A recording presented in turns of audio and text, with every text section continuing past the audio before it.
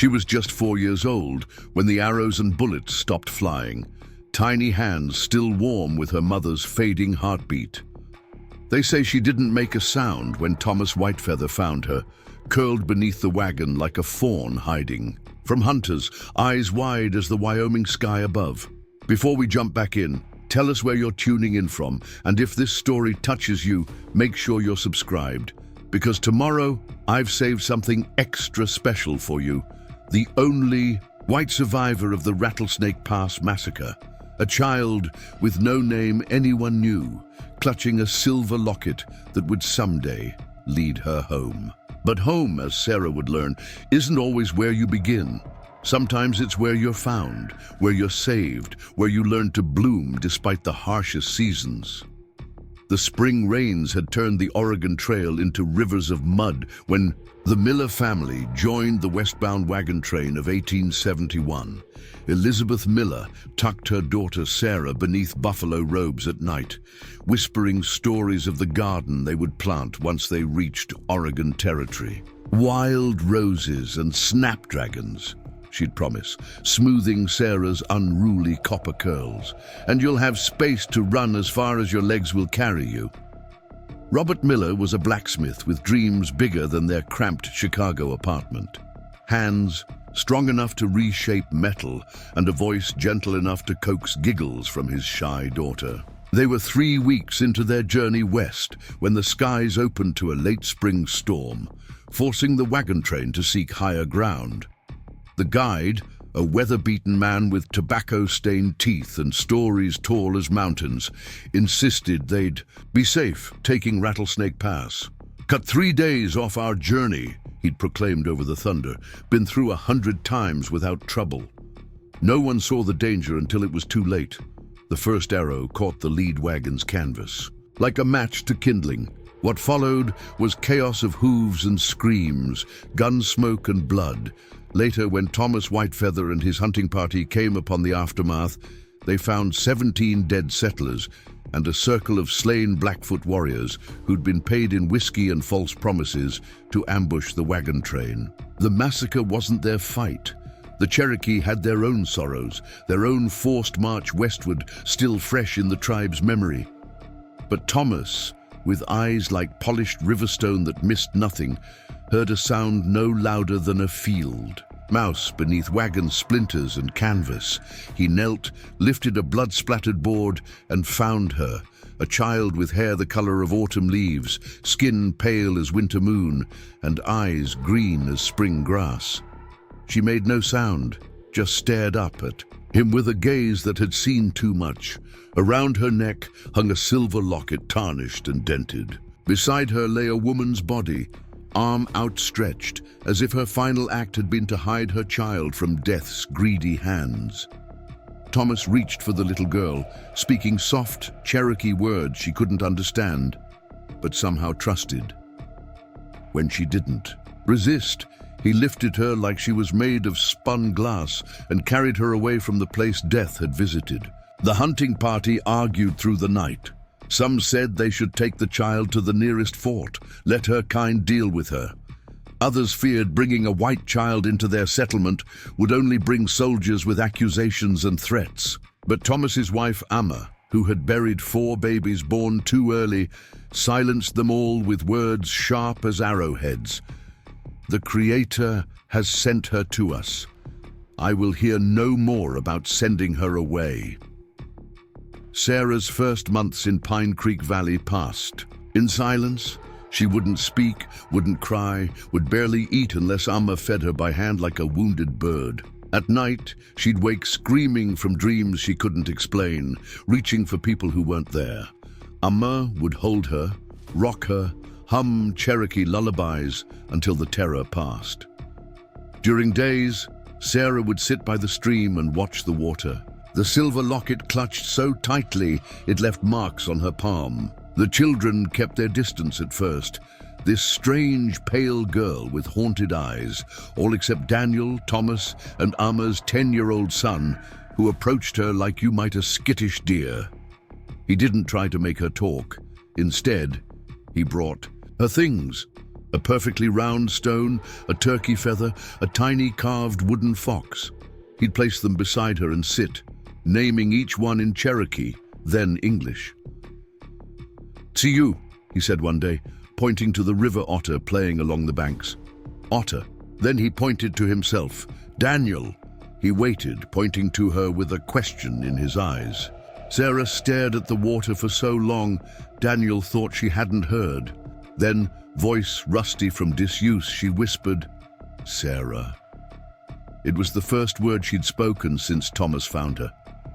By winter's first snow, Sarah was beginning to find her place. Her copper hair, so strange among the dark-haired Cherokee children, was often braided with colorful beads by Amma, who told her, "Your hair is special, like fire that keeps burning even through rain." Sarah learned to grind corn, to weave baskets, to listen for the language of birds that Daniel taught her meant danger or safety. She began to smile again, tentatively at first, as if testing whether joy was still allowed. Thomas would watch her from his workbench, where he shaped wood into bows and bowls. "She has strong spirit," he told Amma in Cherokee, "like bent sapling, curved by storm but not broken." "She dreams of before," Amma replied, eyes knowing. "One day she will ask." And she did, though not for years. The night of her 8th birthday, a date Amma had chosen since no one knew when Sarah was truly born, the girl sat beside the fire, turning the silver locket in her small hands. She'd tried countless times to open it, but the catch was bent from whatever violence had orphaned her. Tonight, her fingers traced the engraving, a rose with ornate leaves. "Where did I come from?" she asked suddenly, her English now fluent, though tinged with Cherokee rhythms. "Before here, before you." The lodge fell silent. Daniel, now 14, and tall as his father, stopped whittling. Thomas set down his pipe, exchanging a look with Amma that contained an entire conversation. They had known this day would come. "You came from the Creator, like all children," Thomas began, his deep voice gentle. "But we found you in a place of great sadness. People had been hurt, your first family among them." Sarah's brow furrowed, her mind reaching for memories that slipped away like minnows in murky water. "My hair," she said finally. "No one else has hair like mine." "No," Amma agreed, moving to sit beside her adopted daughter. "Your first mother had hair like autumn leaves, just as you do. She loved you, enough to save you, to hide you when danger came. She touched the locket, and she left you this to remember." Sarah's eyes filled with tears, not for the parents she couldn't remember, but for the knowledge that she had been someone else before becoming Sarah Whitefeather. That night, she slept with the locket beneath her pillow and dreamed of a woman's voice singing songs she couldn't quite recall. The years flowed like the river that cut through Pine Creek Valley. Sarah grew tall and lithe, with her copper hair now falling in waves to her waist. Her green eyes, once vacant with shock, now sparkled with intelligence and curiosity. She learned 2 ways of life, the Cherokee ways that sustained her daily, and fragments of the white world from travelers and traders who passed through. Amma recognized Sarah's gift when the girl was 12. Sarah had wandered into the forest, collecting plants for dyes. When she returned with a handful of herbs Amma had been searching for to treat a child's fever. "How did you know to bring these?" Amma asked, surprised. Sarah shrugged slender shoulders. "They called to me. They wanted to help." From that day, Amma began teaching Sarah the healing ways, which plants soothed pain, which fought infection, which brought sleep to the restless. Sarah absorbed the knowledge like parched earth drinks rain. Her hands were gentle but confident, her memory flawless for remedies and symptoms. By 16, she was helping Amma treat not only their Cherokee community, but occasionally travelers who heard of the healer with unusual knowledge. It was healing that eventually led Sarah back to her past.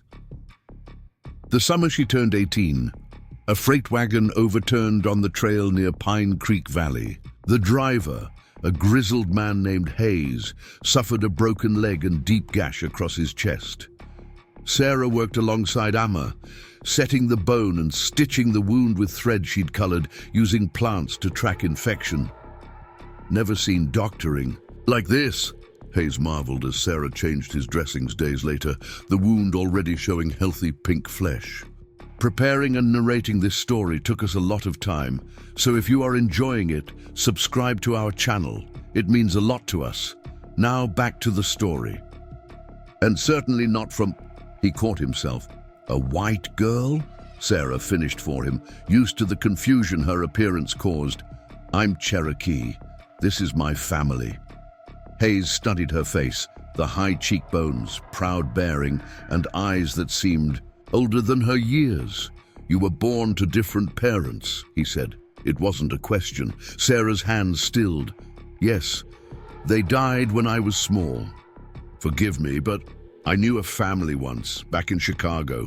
Miller was their name, had a little girl with hair exactly that color, rare as sunrise on new copper.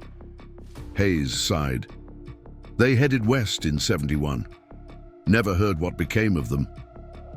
That night, Sarah took the locket to Daniel, now a tall, broad-shouldered hunter respected throughout the territory. Though not related by blood, they had grown up as brother and sister, with a bond fortified through shared secrets and adventures.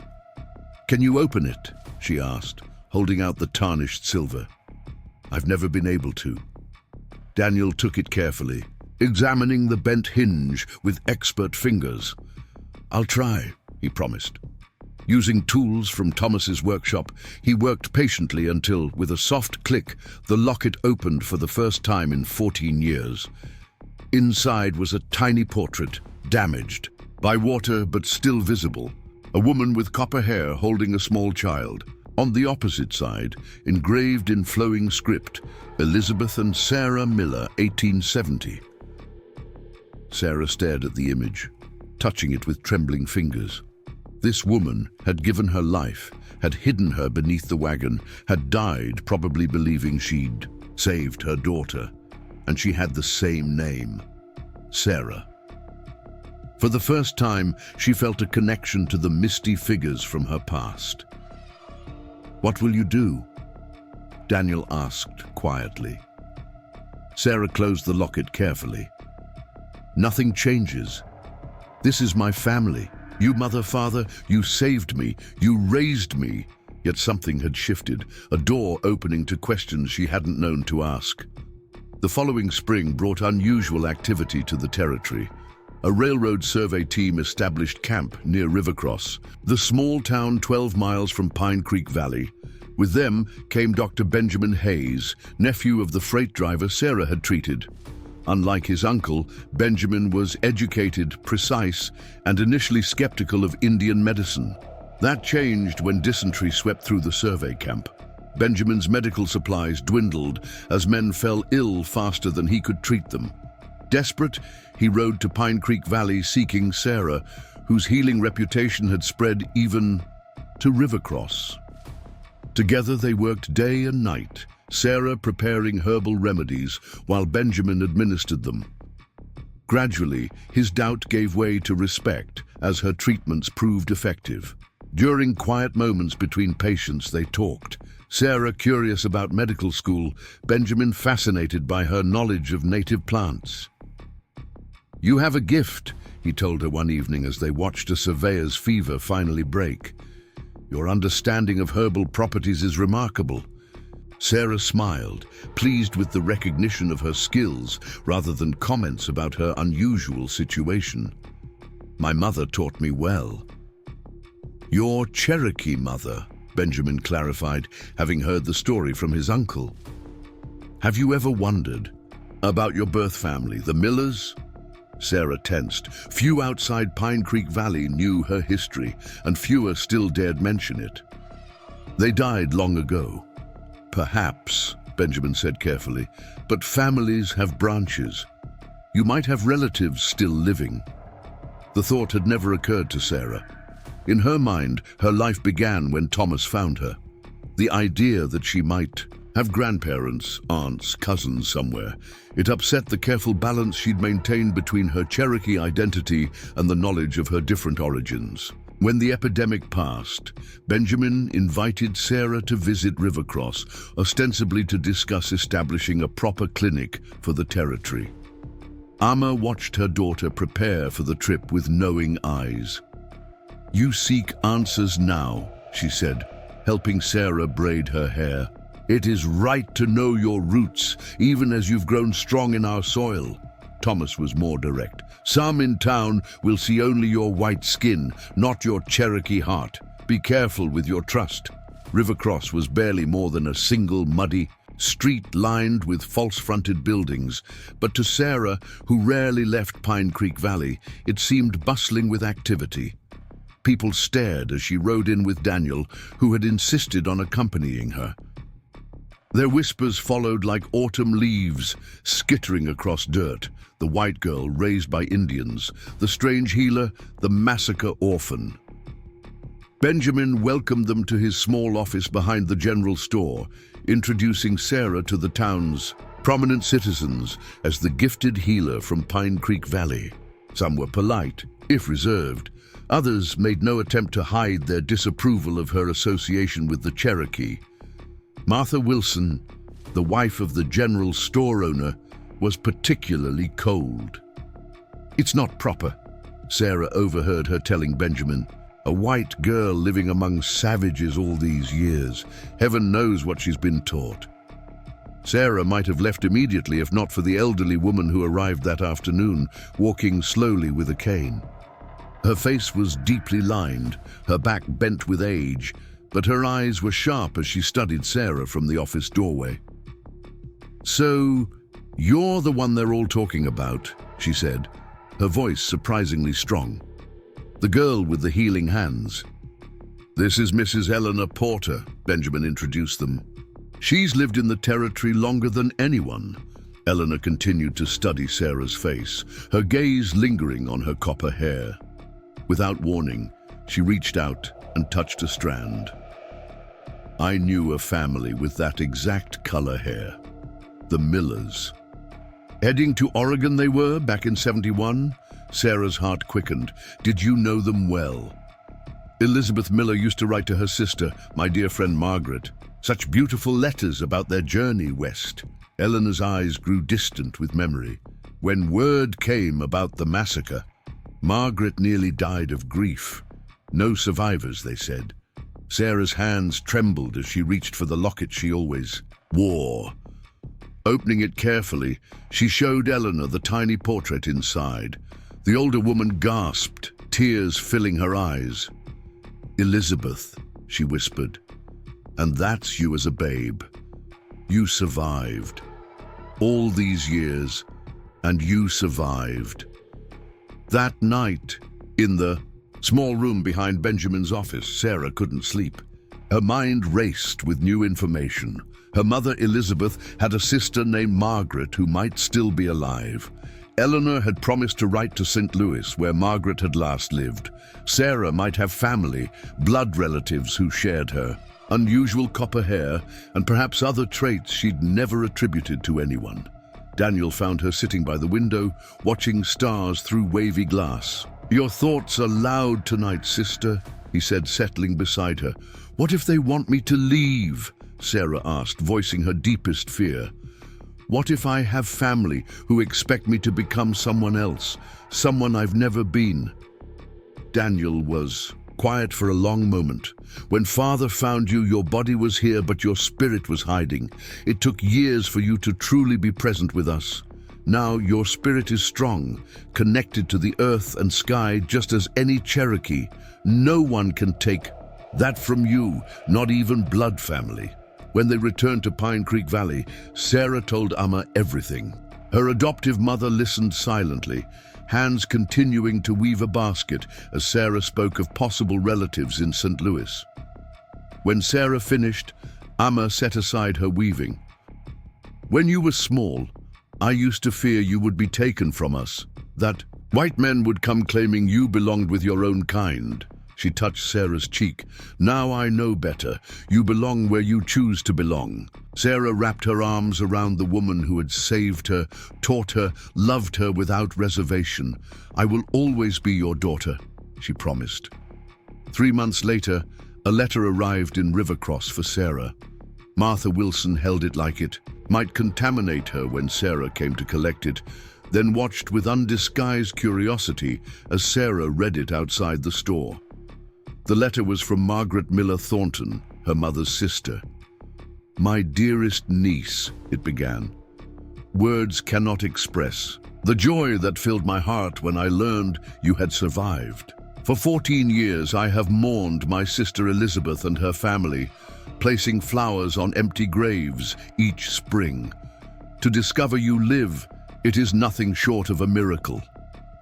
The letter continued, describing Elizabeth as a talented herbalist who had learned from their grandmother, explaining how the Millers had planned to establish a farm in Oregon Territory where Elizabeth could grow medicinal herbs. Margaret wrote of family traits: the copper hair that came from their Scottish ancestors, the green eyes, the tendency toward healing arts that had run through the women of their family for generations. "I would very much like to meet you," Margaret wrote.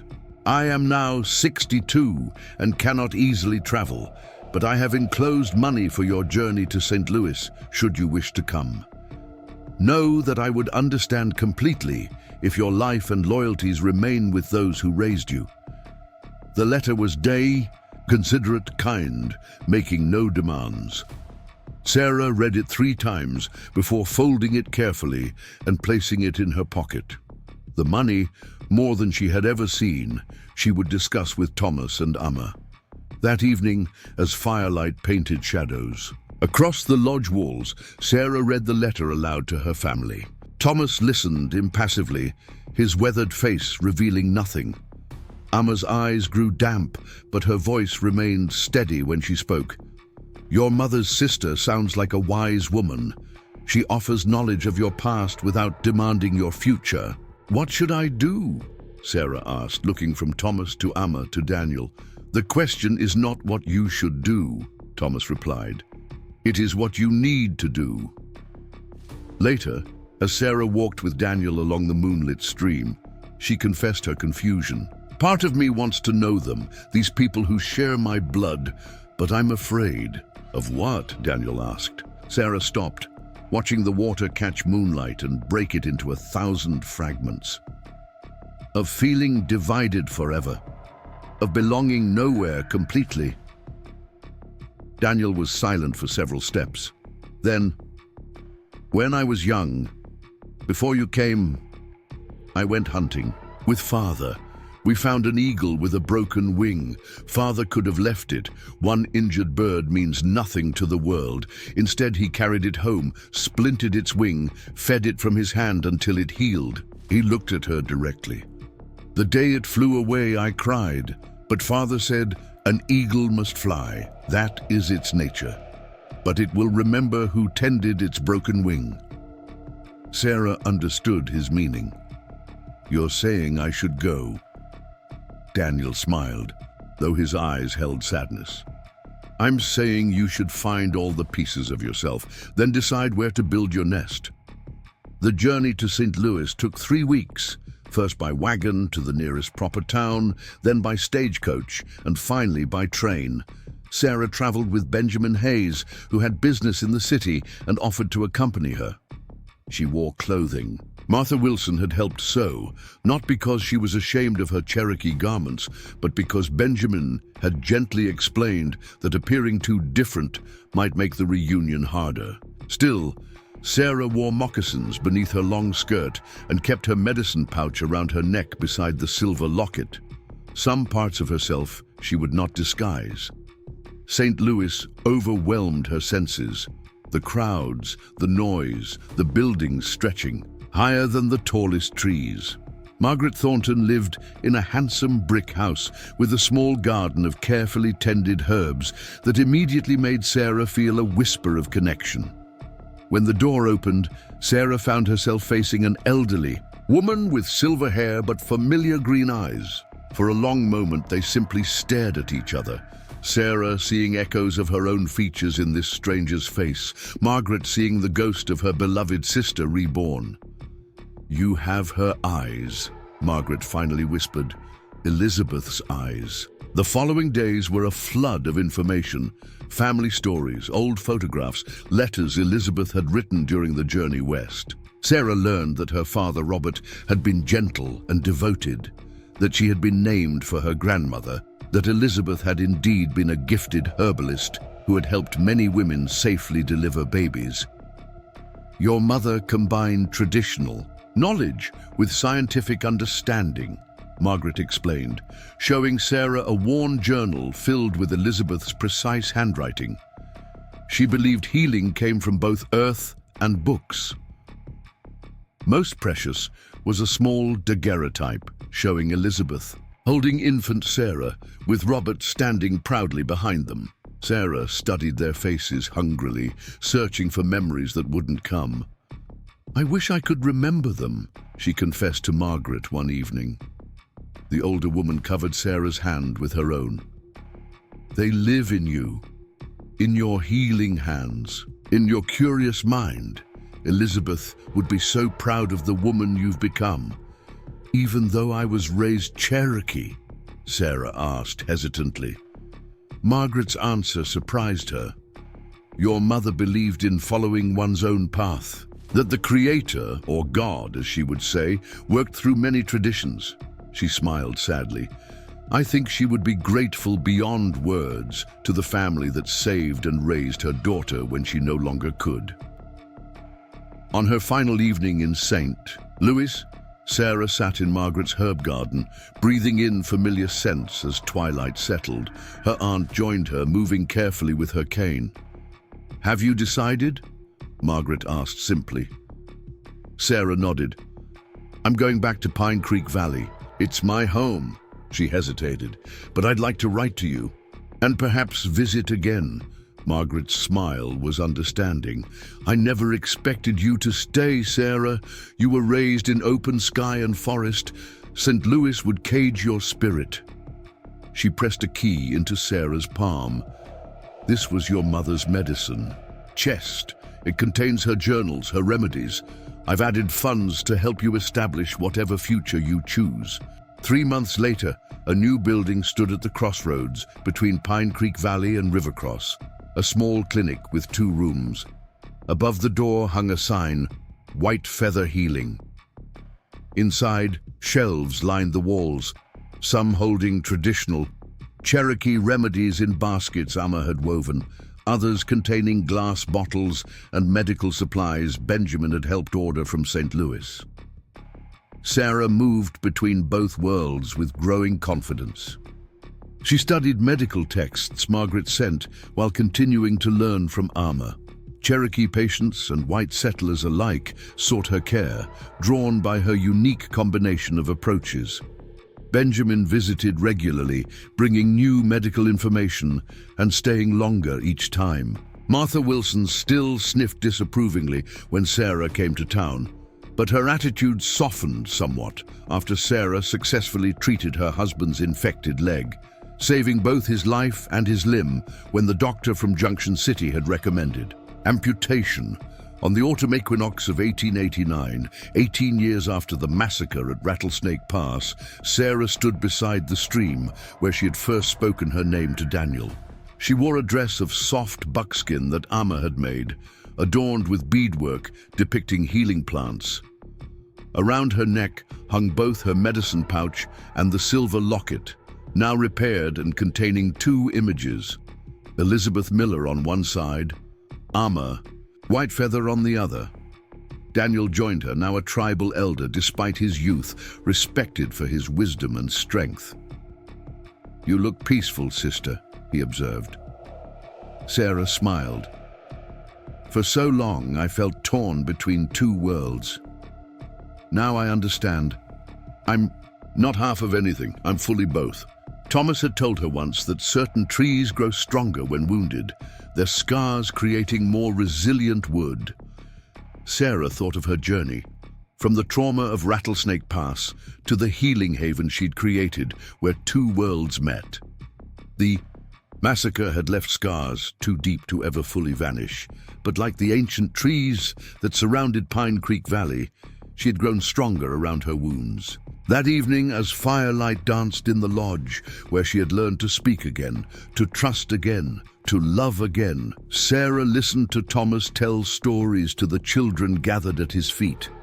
Among them sat both Cherokee children and the sons and daughters of settlers who no longer feared crossing the invisible boundaries between communities. Ama caught her watching and smiled knowingly. "Your two mothers would both be proud," she said softly. "Elizabeth, who gave you life and saved it with her final breath. And me, who had the honor of helping you grow." Sarah's throat tightened with emotion. "I wish I could thank her, my birth mother."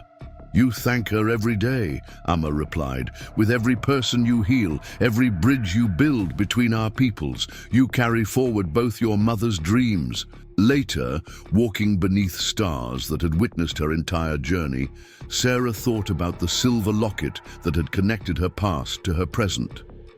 She was no longer just the orphan of Rattlesnake Pass, or simply the white girl raised by Cherokee. She was Sarah Whitefeather Miller, daughter of 4 parents, healer of 2 traditions, belonging fully to the life she had built from both her inheritances. As Pine Creek Valley settled into night, Sarah watched the moon rise over the sacred mountains where her Cherokee family had taught her to see the Creator in all things. Tomorrow she would treat patients, study her mother Elizabeth's medical journals, and continue learning from Amma's wisdom. Benjamin would visit, bringing news and medical supplies, and perhaps finally the courage to speak of feelings that had been growing between them. But tonight, Sarah simply stood beneath the vast sky, feeling rooted like the ancient trees. The orphaned girl, who had once hidden beneath a shattered wagon, had emerged from tragedy to create something new, a life that honored all who had loved her. A heart big enough to embrace her complex heritage, and a future built on the understanding that sometimes our greatest strengths grow from our deepest wounds. So if you ever feel caught between worlds, torn between who you were born to be and who you've become, remember Sarah's story. Remember that your past doesn't define you. It simply offers threads that you alone can weave into the tapestry of your future. And sometimes, the most beautiful patterns come from bringing together colors that no one expected would belong side by side. Time moved differently in Pine Creek Valley than it had in the world Sarah barely remembered. Seasons weren't marked by clocks or calendars, but by when the dogwood bloomed, when berries ripened, when elk began their autumn descent from high country. By her 10th winter with the Whitefeather family, Sarah had grown from the silent, traumatized child Thomas had carried from Rattlesnake Pass into a young woman with calloused hands and knowing eyes. The silver locket remained her most precious possession, though she rarely opened it now. The damaged portrait inside had faded further with time, making it harder to discern the copper-haired woman's features. Sometimes Sarah tried to recall her birth mother's voice, her father's laugh, but the memories had long ago dissolved into mist, replaced by Amma's gentle wisdom and Thomas's quiet strength. Sarah had just turned 14 by Amma's reckoning when the first cracks appeared in the life she'd rebuilt. It began innocently, a trading party from Junction City stopping at Pine Creek Valley with goods to barter. While Thomas negotiated for metal tools and cloth, Sarah helped Amma display the intricate baskets and herbal remedies they'd prepared for trade. A woman from the trading party kept staring at Sarah, her brow furrowed in confusion. Finally, she approached, the traders' chatter falling silent around them. "Excuse me?" the woman said, her eyes fixed on Sarah's copper hair, visible beneath the patterned scarf Amma had taught her to wear.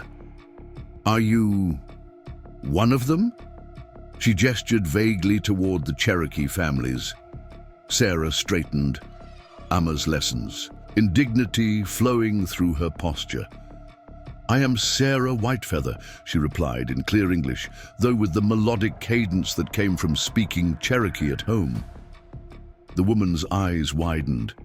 "But you're white," she said, as though explaining something to a child who couldn't grasp a simple concept. "What are you doing living among Indians?" Before Sarah could respond, Amma stepped forward, her presence commanding despite her small stature. "She is my daughter," she said simply, the words carrying weight that brooked no argument.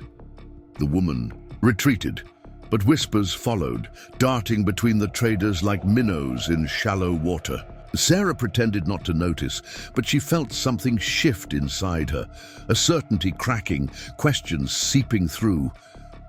That night, as crickets sang their summer chorus outside the family's lodge, Sarah found Daniel sitting on the creek bank, whittling a piece of cedar into what would become a flute. At 18, Daniel had grown tall and broad-shouldered like his father, though he possessed a gentleness Thomas sometimes lacked. She settled beside him, watching his capable hands coax music from wood. "Am I different?" she asked finally, the question that had circled her thoughts all afternoon. Daniel's hands stilled. He looked at her sidelong. "Everyone is different." "You know what I mean," Sarah persisted. "That woman today. She looked at me like I was a strange creature, not belonging anywhere." Daniel set aside his carving, choosing his words carefully. "Some people only see with their eyes, not with their hearts. They cannot understand how a family grows beyond blood." "But I don't look like you," Sarah said, the words heavy with newfound awareness. "I don't look like mother or father. And the red bird doesn't look like the blue bird, yet they both fly," Daniel replied, his eyes kind. "The Creator made many forms for life. Why should families be different?" His answer satisfied her for a while, but the woman's questions had awakened something Sarah couldn't quiet. She began noticing the differences her heart had previously overlooked, her skin burning red in summer sun, while her Cherokee family's darkened to copper, her green eyes stark against others' deep brown, the way older tribal members sometimes watched her with expressions she couldn't decipher. The trader's visit marked the beginning of more frequent contact with the world beyond Pine Creek Valley. As railways pushed west and territories filled with settlers, isolation became increasingly impossible. Thomas, respected as both a skilled hunter and thoughtful leader, was often called to council meetings with neighboring tribes and territorial representatives. On her 15th birthday, Sarah begged to accompany him to Rivercross for such a meeting. After consultation with Amma, who worried but understood Sarah's growing curiosity, Thomas agreed. Rivercross had grown since Thomas's last visit, now boasting a proper general store, a small church, and even a doctor's office, though the physician only visited once a month from Junction City. Sarah observed everything with wide-eyed fascination, having seen no settlement larger than the trading post at the valley's edge. Thomas led her toward the town hall, a grand name for a modest wooden building with a small bell tower. Before they reached it, a group of women emerged from the general store, their conversation halting abruptly at the sight of Thomas in his traditional Cherokee clothing. Their eyes slid from him to Sarah, surprise registering as they took in her copper hair and green eyes paired with the beaded deerskin dress Amma had made for special occasions. "Good day," Thomas greeted them with dignified English. None responded. As Thomas and Sarah continued toward the town hall, Sarah heard a voice behind them. "Shameful, keeping a white girl like that. Wonder if the authorities know." Heat rushed to Sarah's face, but Thomas placed a steadying hand on her shoulder. "Words from small minds cannot hurt you," he murmured in Cherokee. "Remember who you are." But the encounter had rattled her more than she wanted to admit. Inside the town hall, the territorial representative, a balding man with spectacles and a perpetually pinched expression, stared openly when Thomas introduced Sarah as his daughter. Your daughter?" he repeated, looking from Thomas to Sarah with poorly disguised disbelief. "Yes," Thomas replied simply. "My daughter." The meeting proceeded, but Sarah felt the representative's gaze returning to her throughout the discussions of hunting boundaries and water rights. When Thomas excused himself briefly to speak with a Cherokee elder, the man approached Sarah where she sat quietly in the corner. "Miss," he said quietly, leaning close enough that she could smell tobacco on his breath, "are you being held against your will? If you need assistance—" Sarah stared at him, momentarily speechless. Then indignation flared. "I am Sarah Whitefeather," she said, her voice stronger than she felt. "Thomas and Amma Whitefeather are my parents. I need no assistance except for people to stop making assumptions." The man retreated, though skepticism remained etched in his expression. When Thomas returned, Sarah didn't mention the exchange, but something cold had settled in her stomach, a feeling that the world saw her differently than she saw herself. The journey home was quieter. Sarah lost in thoughts she couldn't fully express. Thomas, with the patience that characterized his parenting, waited until they made camp for the night before addressing what he had observed. "The outside world will try to tell you who you are," he said as they sat beside the small fire. "They believe a person's skin tells their story." Sarah poked at the embers with a stick, watching sparks rise toward the star-strewn sky. "Why can't they understand? I'm Cherokee in my heart, in how I live." Thomas was silent for a moment. "Many cannot see beyond what their eyes tell them. But Sarah," he waited until she looked up, "you must know your own truth, even when others question it. You are our daughter, raised in our ways. Nothing changes that." But I wasn't born to you," Sarah said, giving voice to the thought that had haunted her since the trader's visit. "I came from somewhere else, someone else." Thomas nodded slowly. "This is true. You were born to people who traveled west, with dreams. They were taken from this world too soon, but they loved you enough to protect you with their last breath." He gestured to the locket she always wore. "You honor them by living. You honor us by being our daughter. Both can be true." Sarah fingered the silver locket, the metal warm from resting against her skin. "I wish I remembered them," she whispered. "The heart remembers what the mind forgets," Thomas replied. "Perhaps that is why you were drawn to healing. Your birth mother was said to have knowledge of plants and medicine." It was the first time Thomas had shared any detail about her birth. Parents beyond how they had died. Sarah's head snapped up. "How do you know that?" Thomas's expression softened. "There were journals in the wagon. Most were ruined by weather and animals before we found you. But I saw enough to know she had healing knowledge." "Why didn't you tell me before?" "You weren't ready to hear," Thomas replied simply. "A seedling must grow strong roots before facing strong winds." They rode home the next day, Sarah quiet with the weight of new questions. She felt both more and less herself than before the journey. More aware of her complicated history, less certain of where she truly belonged. The uncertainty grew in the months that followed. Sarah threw herself into learning from Amma, absorbing every detail of Cherokee healing traditions. But now she wondered about the knowledge that had been lost.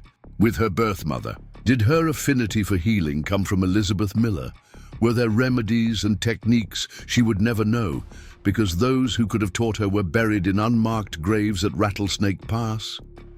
These questions might have remained private, wonderings if not for the fever that swept through Pine Creek Valley the following spring.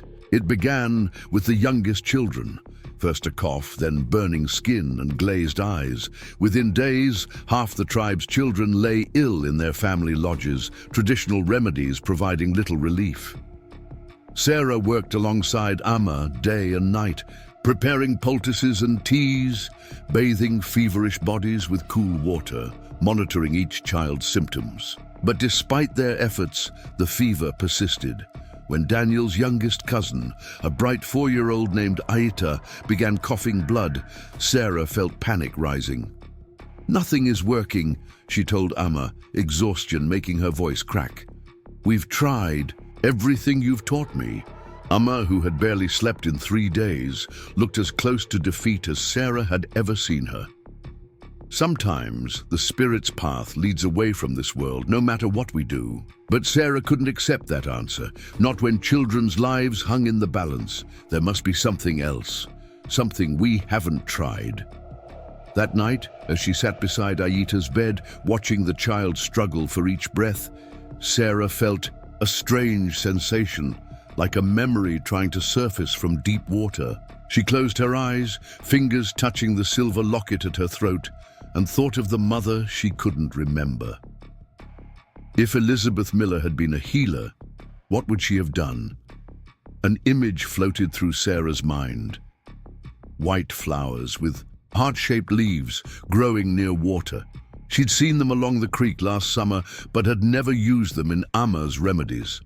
Without fully understanding why, Sarah slipped from the lodge and into the spring night, following the creek until she found what she was seeking: wild foxglove, its white blooms ghostly in the moonlight. Something deeper than conscious knowledge guided her hands as she gathered the plants carefully, taking only what she needed. Back in the lodge, she prepared a precise, diluted infusion, different from any remedy Amma had taught her. "What are you doing?" Daniel asked, finding her working by lamplight. "I don't know exactly," Sarah admitted, "but I feel like I've seen this before. Like my hands remember, even if my mind doesn't." Daniel watched as she strained the liquid, measuring out a tiny amount. "Is it safe?" Sarah hesitated. "I believe so, if used sparingly. It feels like knowledge I've carried without knowing it." When she brought the remedy to Aita's bedside, Amma studied it with tired eyes. "This is not one of our medicines." "No," Sarah acknowledged, "but I think it might have been one of hers, my birth mother's." Amma looked at her for a long moment, then at the desperately ill child. "The dose? Just a few drops, 3 times daily," Sarah said with conviction that came from somewhere beyond her conscious mind. Together they administered the first dose to Aita, then to the other children most severely affected. By morning, the change was subtle, but unmistakable. Slightly easier breathing, less violent coughing. By the 3rd day, the improvement was dramatic enough that even the most skeptical elders acknowledged the new remedy's effectiveness. As the children began to recover, whispers spread through Pine Creek Valley, not malicious but wondering. How had Sarah known what to do when traditional remedies failed? Some said she had received a vision from the ancestors, others less. Comfortable with the idea of spirits guiding a white girl, suggested she must have learned the remedy from traders. Only Amma seemed to understand the truth. "Your blood remembers," she told Sarah, as they gathered the foxglove blossoms together. "Your mother's knowledge lives in you, dormant until needed." The epidemic marked a turning point. While the tribe was grateful for the children's recovery, Sarah felt a new distance between herself and the community that had embraced her for 10 years.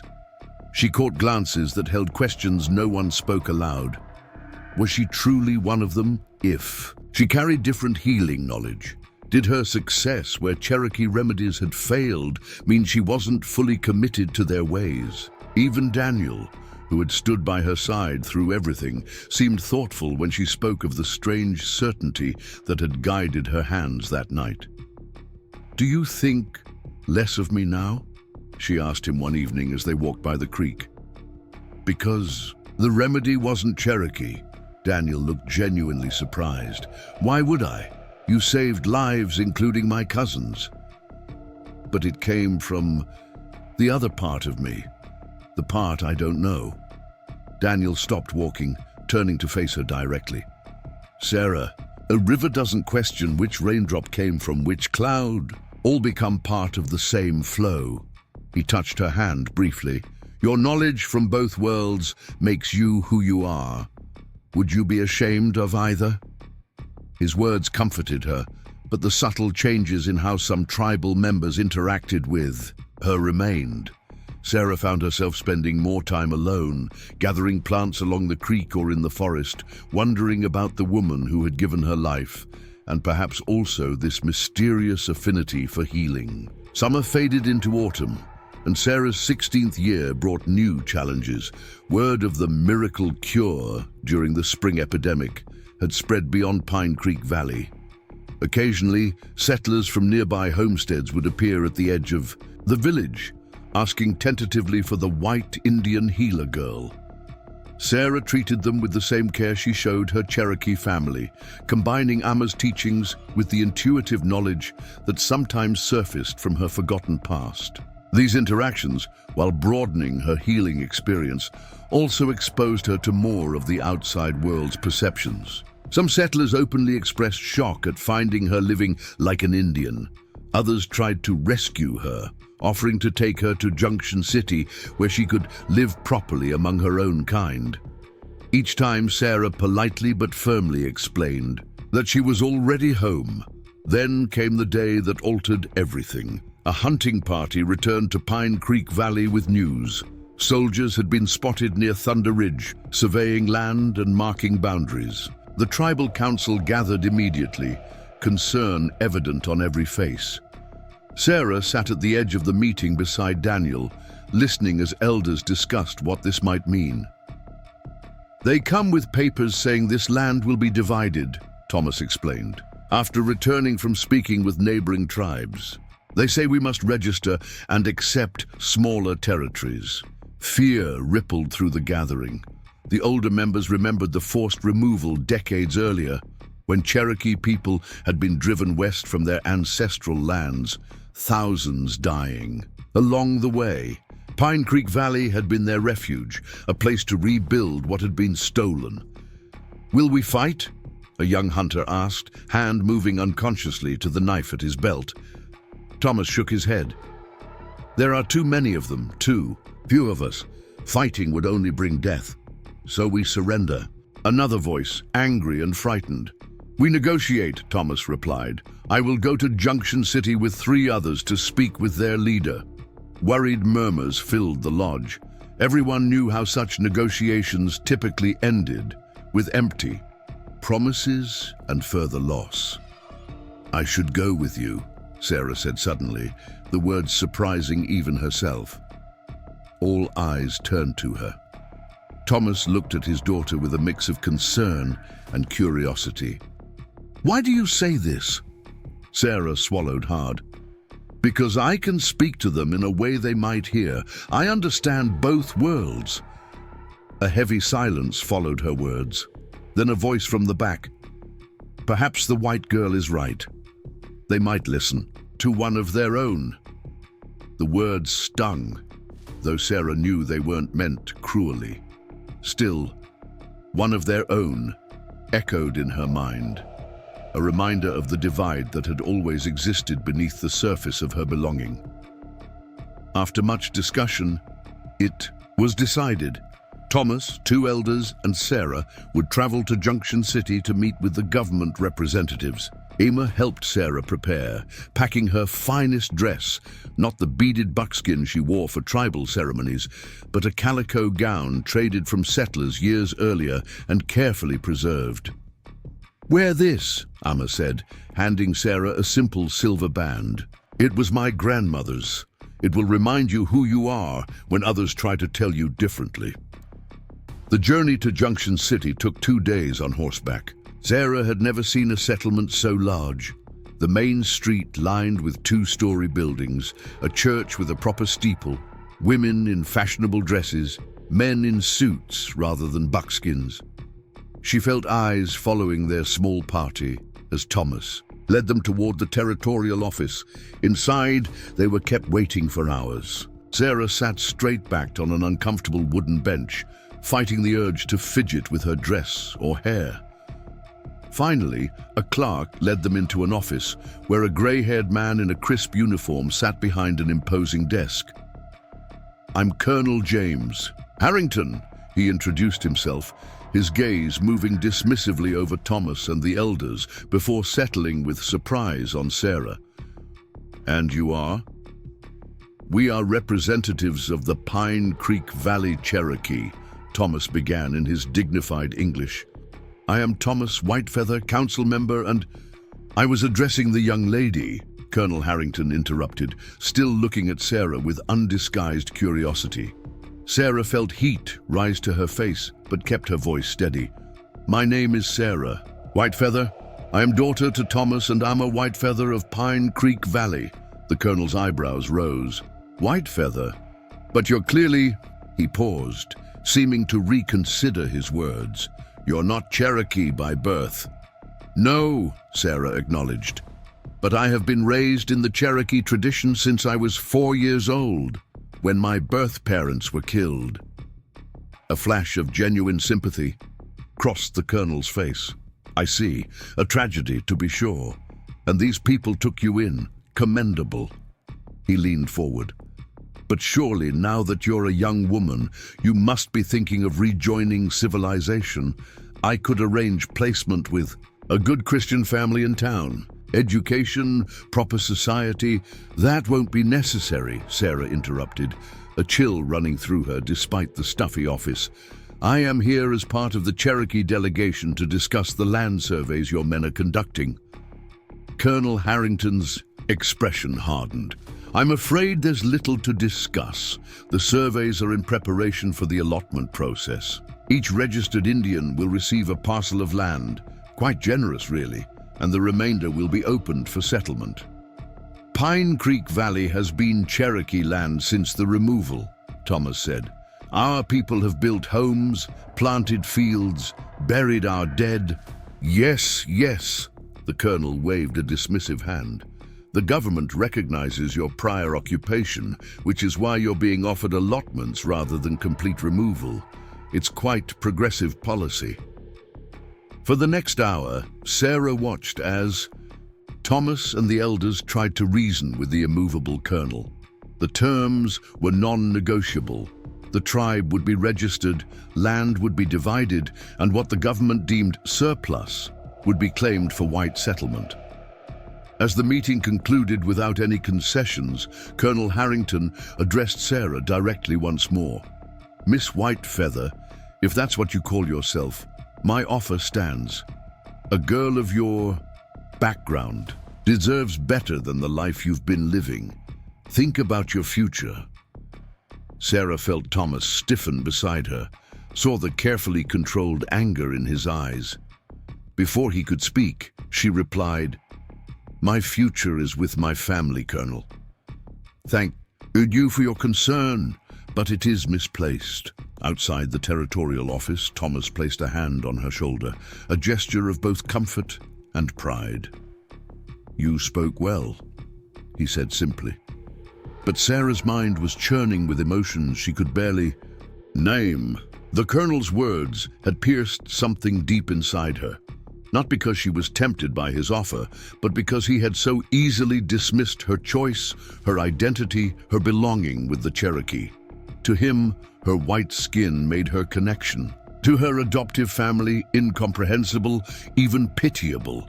That night, in the small room they'd rented above the Junction City livery, Sarah couldn't sleep. The sounds of the town, so different from the night chorus of Pine Creek Valley, kept her alert and uneasy. Beyond the window, she could see lights from buildings and hear occasional bursts of laughter from the saloon down the street. This was supposedly her world, according to Colonel Harrington and others like him, yet it felt utterly foreign. Thomas found her there in the pre-dawn stillness, staring out at the slowly awakening town. "Your thoughts are troubled," he observed. Sarah didn't turn from the window. "He wouldn't listen to you, but he spoke to me because of how I look." "Yes," Thomas acknowledged. "The white man's world sees color before character." "Perhaps I should have tried harder to convince him," Sarah said, guilt washing through her. Maybe if I had accepted his offer, pretended to want to stay, I could have negotiated better terms for the tribe. Thomas was silent for so long that Sarah finally turned to face him. What she saw in his eyes surprised her. Not anger or disappointment, but profound sadness. "Is that what you believe we want from you?" he asked quietly. "To use your white skin as a tool for our benefit?" Shame flooded Sarah's face. "No, I just meant you are our daughter," Thomas said firmly. "Not our interpreter to the white world, not our bargaining token. We did not raise you to be used, but to be loved." Tears sprang to Sarah's eyes. "But what good am I if I can't even help protect our home?" Thomas drew her into an embrace. "You help by being Sarah, by healing the sick, by honoring our ways, while carrying your own blood memory, by showing that family is chosen as much as born." He released her, holding her at arm's length. "The colonel didn't listen because he chose not to, not because you failed to convince him. This battle has been fought since before you were born." They returned to Pine Creek Valley bearing the heavy news. Within 6 months, government agents would arrive to register the tribe and divide the land. Families would receive plots far smaller than the territory they currently shared. Sacred sites, hunting grounds, and the ancient burial grounds might all fall outside their allotted parcels. The tribe absorbed this blow with outward stoicism and private grief. Preparations began immediately, documenting family lineages, identifying which lands were most essential to preserve, planning for a future suddenly constrained by arbitrary boundaries. Through it all, Sarah felt a growing unease. Her position in the tribe, always unique, now seemed increasingly complicated. Would she be entitled to an allotment as Thomas and Amma's daughter? Or would the registration officials dismiss her adoption as invalid? Would her presence help the family's case for land or hurt it? These questions went unspoken, but hung in the air during council meetings. Sarah noticed some tribal members glancing her way when land distribution was discussed, their expressions unreadable. Even Daniel, now a respected voice despite his youth, seemed distracted when she tried to discuss the future. The distance she'd felt growing since the epidemic widened into a chasm after the Junction City visit. Sarah still belonged.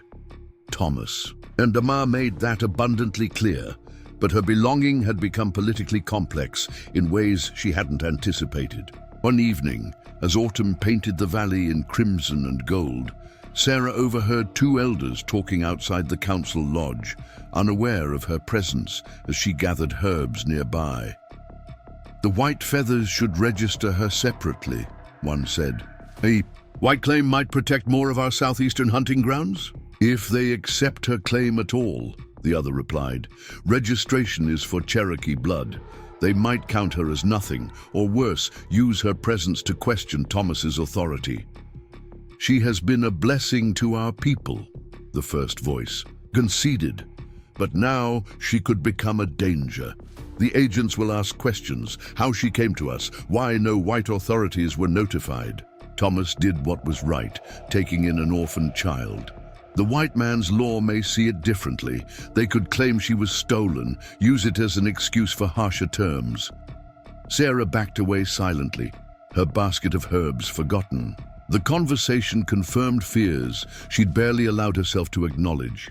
Her presence might now endanger the very family who had saved her. That night, she slipped from the family lodge after everyone had fallen asleep. The autumn air carried a biting chill, but Sarah barely noticed as she made her way to the creek where she'd spent countless hours with Daniel and other Cherokee children. The water reflected moonlight in broken silver patterns as she sat on the familiar bank, arms wrapped around her knees. For the first time since early childhood, Sarah felt truly lost. The family and community that had given her life meaning now faced existential threat, and her presence, her very identity, had become part of that threat. Colonel Harrington's words echoed in her mind. "A girl of your background deserves better." not because he cared about her welfare, but because her presence among the Cherokee defied the rigid boundaries his world needed to maintain.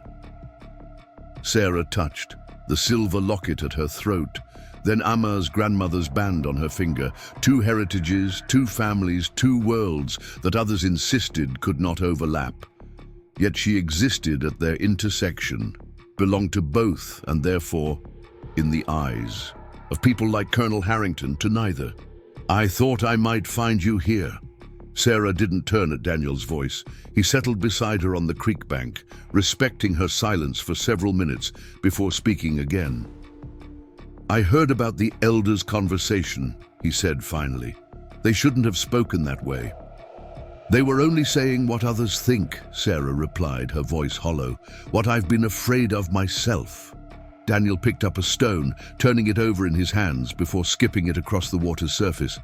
"When Father first brought you home, this tiny, silent girl with haunted eyes, there were similar discussions. Some feared you would bring soldiers searching for a missing white child. Others worried you would never adapt to our ways." He skipped another stone. "They were wrong then. They're wrong now." "But the situation is different," Sarah argued. "The government is looking for any excuse to take more land. If they use me as that excuse, do you really believe you're the reason they're taking our land?"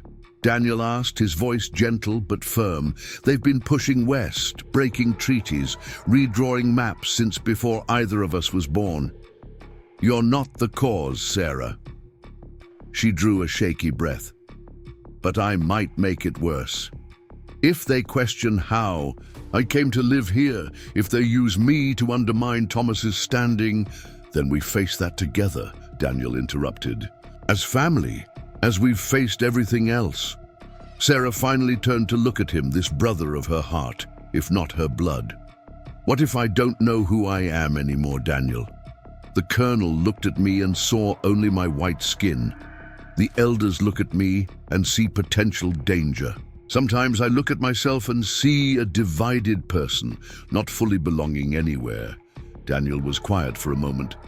"Then, when I was small, before you came, I found a wounded eagle. One wing was broken, and it couldn't fly. Father helped me build a shelter for it, taught me how to feed it, how to check the wing as it healed." His eyes grew distant with memory. "For weeks, that eagle was neither fully wild nor fully tame, caught between worlds.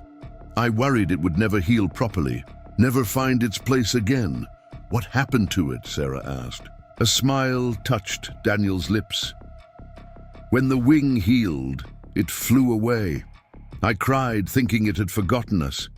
But every year since, it returns to the tall pine near our lodge. Not because it's trapped between worlds, but because it has claimed both as its territory." He turned to face her directly. "You are not divided, Sarah. You are expanded. Your spirit has room enough for all of your story."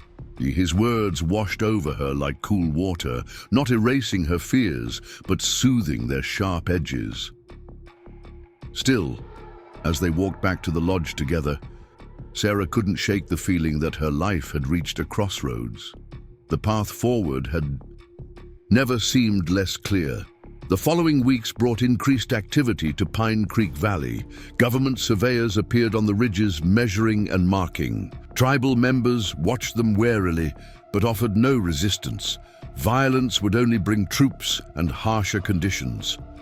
Thomas spent long hours in council meetings, trying to plan for an uncertain future.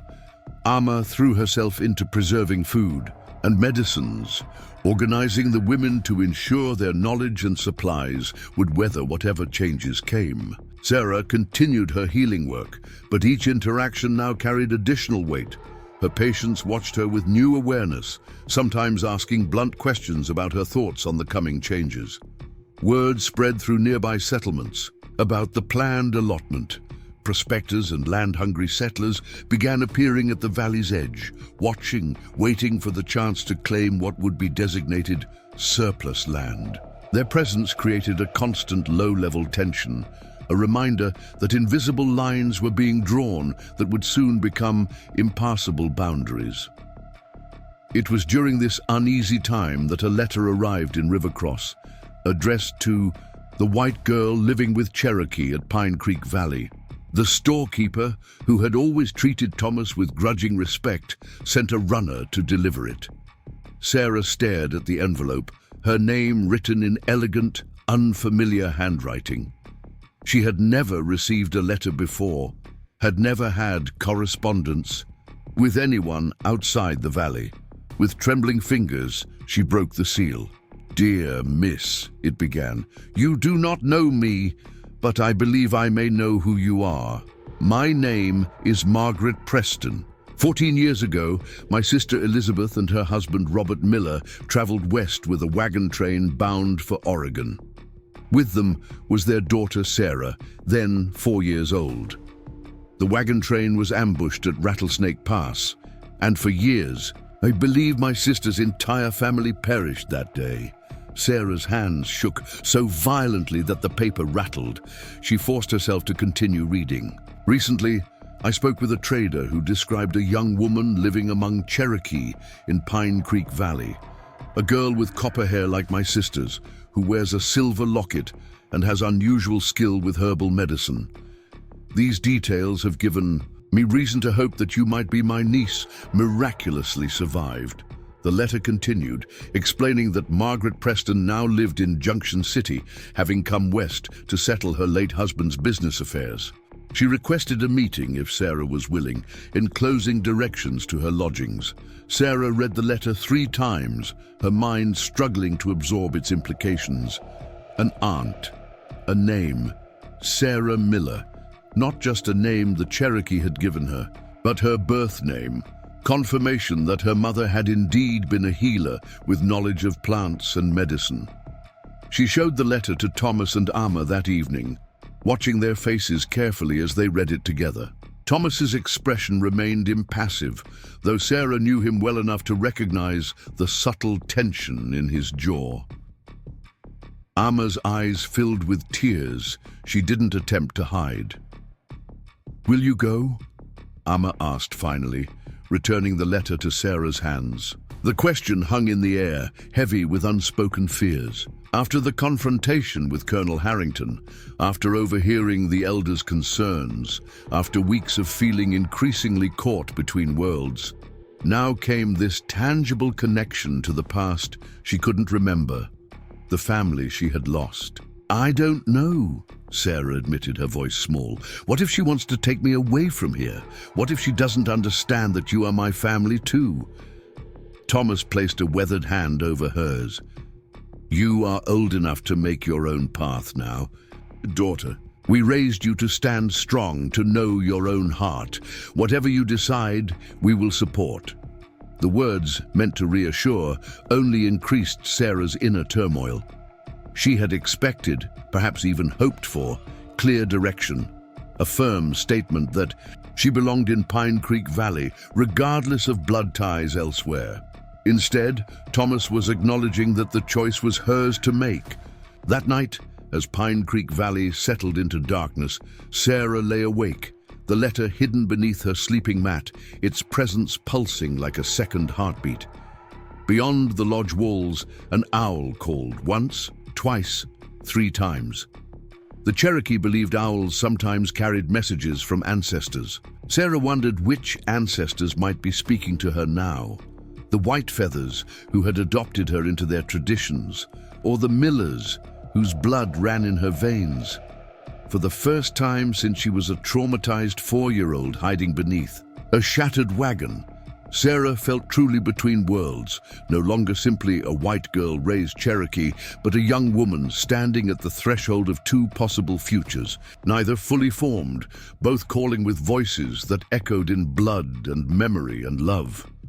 The journey to Junction City seemed both endless and too brief. Sarah rode beside Daniel, who had insisted on accompanying her despite the planting that needed to be done back home. The familiar landscape of Pine Creek Valley gave way to rolling hills dotted with homesteads, then to the more populated outskirts of the growing frontier town. With each mile, Sarah felt her heart pull in opposite directions. Forward toward answers, backward towards certainty. Daniel said little during their ride, respecting her turmoil. Only when the church steeple of Junction City appeared on the horizon did he break the companionable silence. "You don't have to decide everything. Today," he reminded her, "meeting this woman doesn't commit you to anything." Sarah nodded, grateful for his steady presence. The letter from Margaret Preston had turned her world sideways, opening possibilities she had never allowed herself to consider. What if she could belong to both worlds? What if her mother's sister could fill in the blank spaces of her past without requiring her to abandon her Cherokee family? Or what if this meeting revealed that she truly was caught between worlds, belonging fully to neither? Junction City had grown considerably since her meeting with Colonel Harrington. New buildings lined the main street, and a train whistle sounded in the distance, evidence of the iron tracks that now connected the frontier to eastern cities. Sarah felt eyes tracking their progress as she and Daniel rode down the dusty street. A white woman and a Cherokee man made an unusual pair, drawing curiosity and disapproval in equal measure. The address in Margaret Preston's letter led them to a modest boarding house on a quiet side street. Sarah dismounted, smoothing the simple calico dress Amma had helped her mend for this occasion. Her copper hair was braided and pinned up in the style of settler women, rather than loose with beads, as she often wore it in Pine Creek Valley. Only the moccasins on her feet and the silver locket at her throat hinted at her dual heritage. "Would you like me to come in with you?" Daniel asked, still sitting astride his horse. Sarah shook her head. "I think I need to do this alone." She managed a small smile. "But stay close?" Daniel nodded. "I'll be at the livery. Take whatever time you need." The boarding house parlor was stuffy with midday heat and the scent of furniture polish. The landlady, a thin woman with suspicious eyes, looked Sarah up and down before reluctantly directing her to a small sitting room at the back of the house. "Mrs. Preston is expecting you," she said, her tone suggesting she found the whole situation irregular. Sarah squared her shoulders, knocked once on the indicated door, and entered when a soft voice called, "Come in." The woman who rose from her chair by the window was in her early 50s, her once copper hair now streaked with silver, but still recognizable as similar to Sarah's own. Her face bore the fine lines of someone who had known both laughter and sorrow, and her green eyes, so like the ones Sarah saw reflected in still water, widened at the sight of her visitor. "Sarah," she whispered, one hand rising to her throat in a gesture so familiar it made Sarah's heart catch. "It is you, Elizabeth's daughter." For a moment, neither woman moved. Then Margaret Preston stepped forward, hands outstretched but stopping, short of touching Sarah, as if afraid she might disappear. "Forgive me," she said, voice thick with emotion. "You look so much like her, like my sister. I had hoped, but seeing you..." Sarah stood frozen, unprepared for the jolt of recognition she felt, looking at this stranger whose features somehow echoed her own. The shape of the eyes, the set of the chin, the way she tilted her head slightly, all reflected back aspects of herself Sarah had never seen mirrored in her Cherokee family. "Please, sit." Margaret gestured to a chair, seeming to collect herself. "I have so many questions, and I'm sure you do as well." Sarah perched on the edge of the offered seat, hands clasped tightly in her lap. "How did you find me?" she asked, her voice steadier than she felt. Margaret settled across from her, eyes never leaving Sarah's face. "Pure chance, or providence perhaps. A trader passing through Junction City mentioned a story he'd heard about a white girl with unusual copper hair who lived among the Cherokee and had remarkable healing abilities." She smiled softly.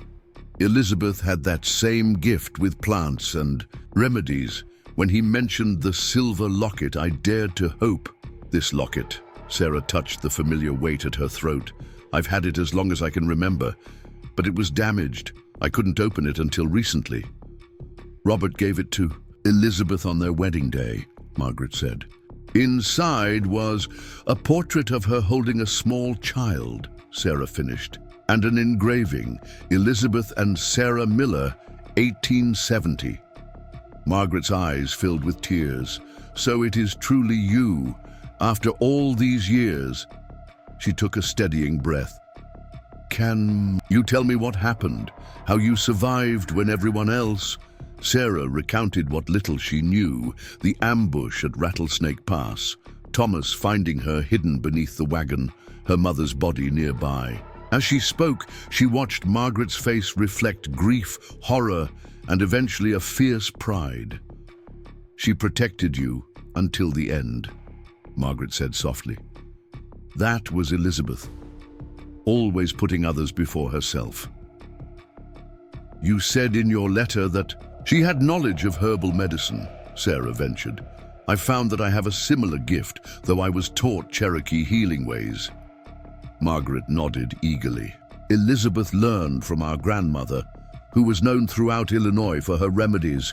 Our family came from Scotland generations ago, bringing traditional knowledge that blended over time with local plants and methods. She studied Sarah with newfound interest. Have you found you have an intuition about plants, a sense of which ones will heal specific ailments? Yes, Sarah admitted, thinking of the foxglove remedy during the fever epidemic, knowledge that had surfaced from some deep place within her. Sometimes my hands seem to know what to do, even when I haven't been taught.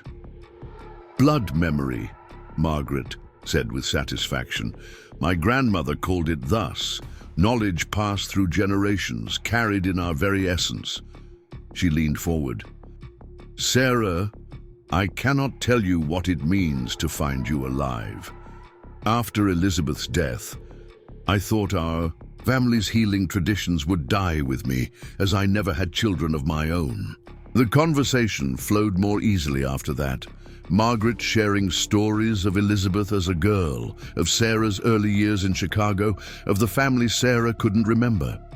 Each anecdote was like water to parched earth, filling empty spaces in Sarah's understanding of herself.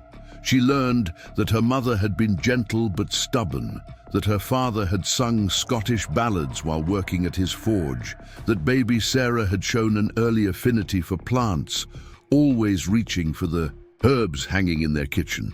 And what of your life? Margaret asked eventually. The trader said you were raised by Cherokee. Have they treated you well? The hesitation in her voice sparked a flicker of defensiveness in Sarah.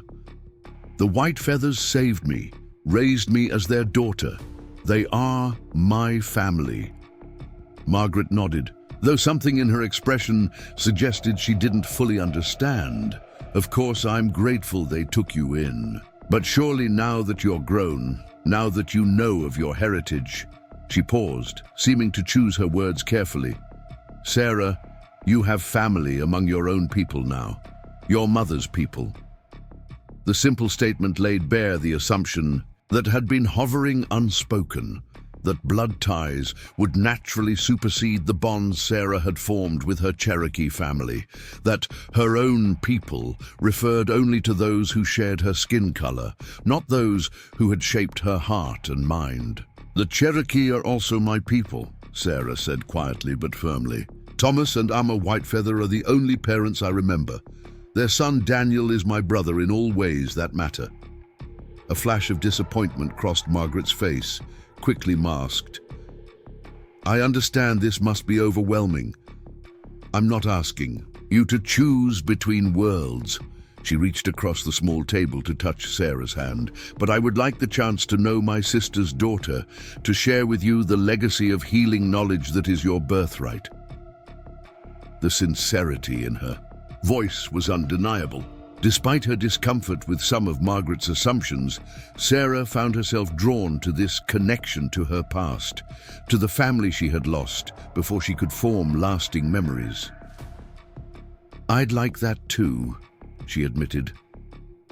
But my home is in Pine Creek Valley. Margaret nodded, Though Sarah could see, she hoped this might change with time. Then perhaps I could visit you there. Or you could come to Junction City when possible. I have Elizabeth's journals, her records of remedies and observations. They belong to you now. The mention of her mother's journals sent a jolt through Sarah. Written knowledge from the woman who had given her life, whose healing gift seemingly flowed in her veins. It was a treasure beyond measure. I would like to see them, she said. They talked until late afternoon, the shadows lengthening across the boarding house parlor. When Sarah finally rose to leave, promising to return soon, Margaret embraced her with surprising strength. "You are so like her," she whispered. "Strong and sure, even amid uncertainty. Elizabeth would be proud of the woman you've become." The words followed Sarah as she left the boarding house, wrapping around her heart like a protective spell. Elizabeth would be proud. Her birth mother, whom she knew only through a damaged portrait and now Margaret's stories, would approve of the person she had grown to be, even raised in a culture so different from her own. Daniel was waiting at the livery as promised, his quiet presence a reassuring anchor after the emotional turbulence of the meeting. As they rode toward the outskirts of town, planning to make camp rather than attempt the full journey back to Pine Creek Valley before nightfall, Sarah related pieces of her conversation with Margaret. "She wants to teach me the healing traditions of my birth family," she concluded. "She has my mother's journals." Daniel nodded thoughtfully. "Knowledge is never a burden to carry. What else troubles you?" Sarah smiled faintly. He had always been able to read her so well. "She speaks as though my future naturally lies with my own people, as she calls them. As though my years with the Cherokee were simply temporary." They rode in silence for a moment before Daniel responded. "The settlers believe blood determines belonging. We know better." "But blood does matter," Sarah said softly. "I felt it today, seeing features like my own in Margaret's face, hearing how my mother had the same healing gift. Part of me recognized her, Daniel, even though we'd never met." "Of course," he agreed. "The river of your life has two sources, Sarah. Both feed the whole." He glanced at her. "Did meeting your mother's sister change how you feel about us, about Pine Creek Valley?" "No," Sarah answered without hesitation. "If anything, it makes me more grateful for the family that raised me, that saw me as more than an orphaned white child." Yet as they made camp that night, Sarah found herself thinking of Margaret's invitation. Learning her birth mother's healing traditions wouldn't mean abandoning Cherokee ways. Might it not enrich her knowledge, make her a more effective healer for all who needed her help? And there was something else, something Sarah had not fully articulated even to herself. In Pine Creek Valley, with government agents coming to divide the land, her presence complicated an already difficult situation. The elders' concerns about how her status might affect the tribe's negotiations weren't unfounded. Perhaps spending time in Junction City, learning from Margaret, could provide breathing space for the tribe, while giving Sarah the opportunity to explore this newfound connection. She fell asleep beneath star-scattered skies, the weight of choices pressing upon her dreams. Morning brought clarity, or at least determination.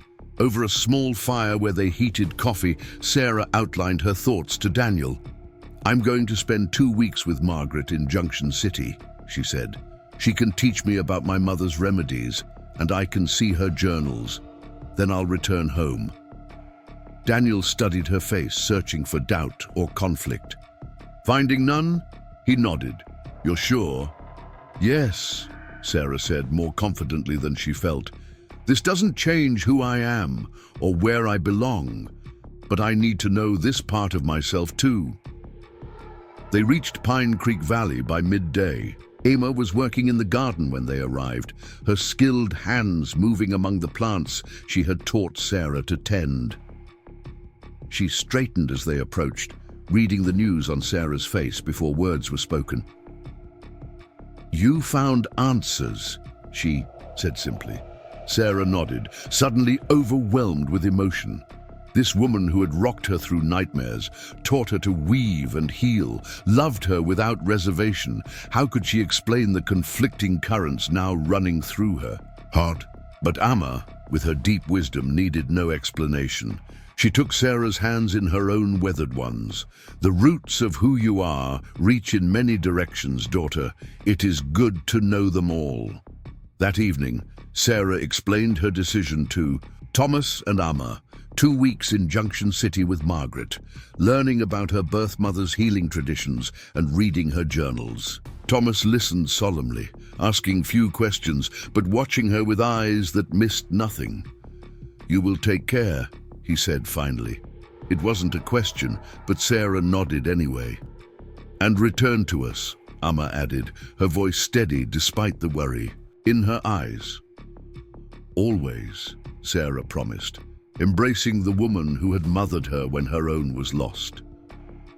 The following days passed in a flurry of preparation. Sarah organized her healing supplies, ensuring Amma would have everything needed in her absence.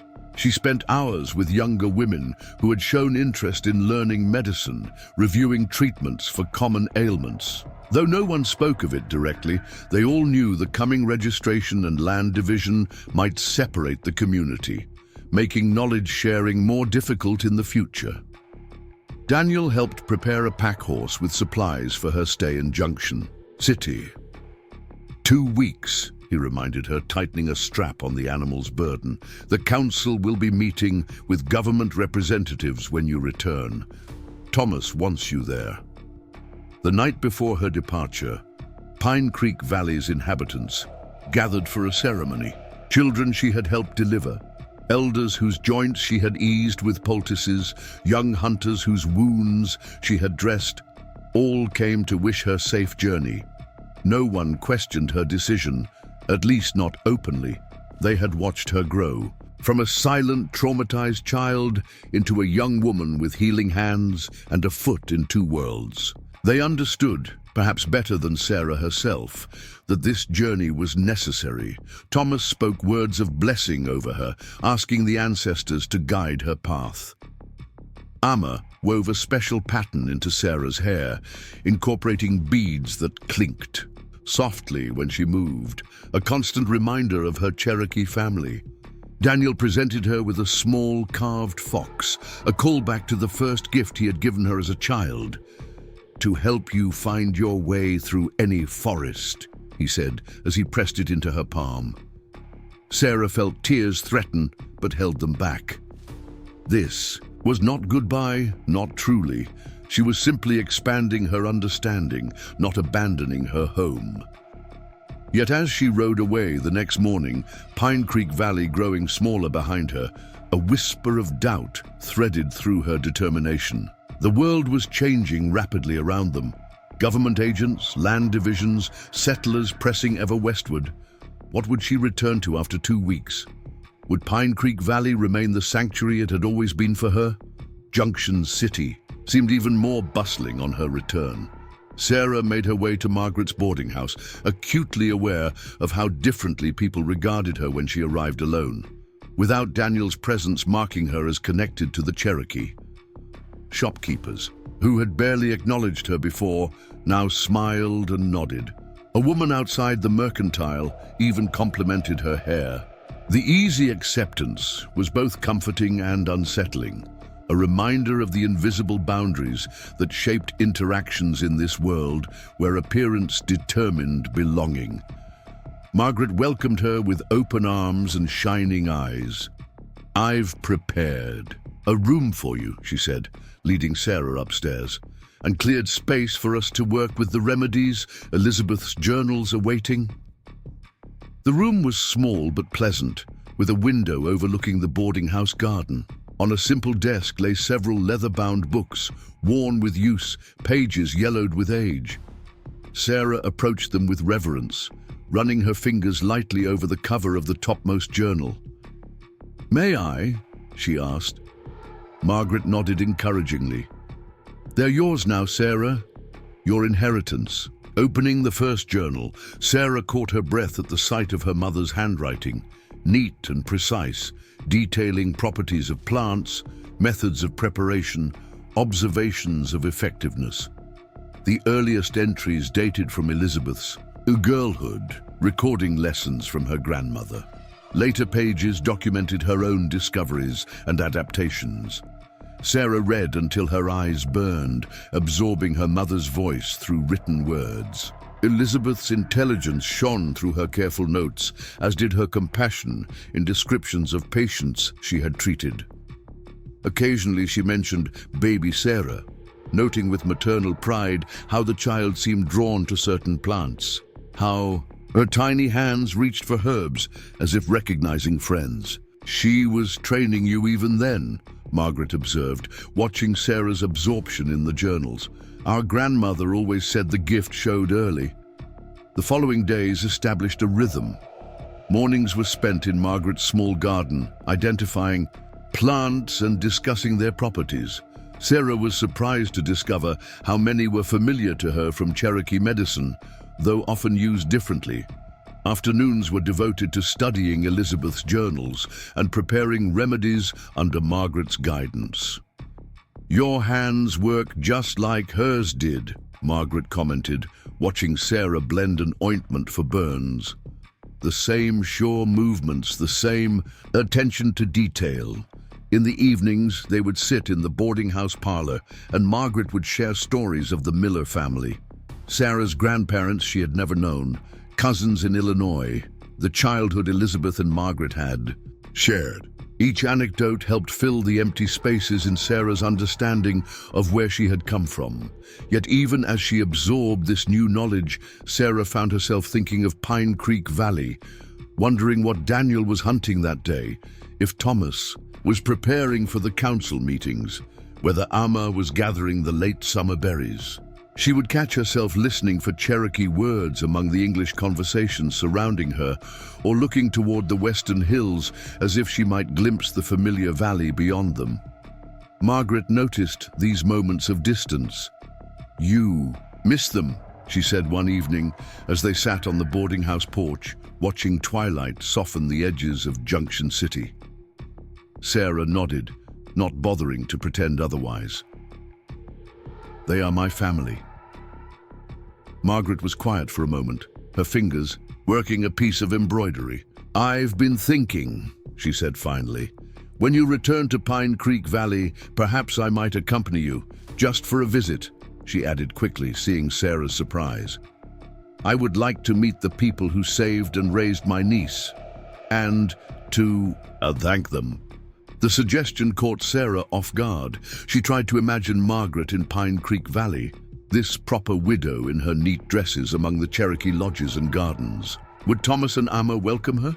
Would the tribe see her visit as an intrusion or as the building of a bridge?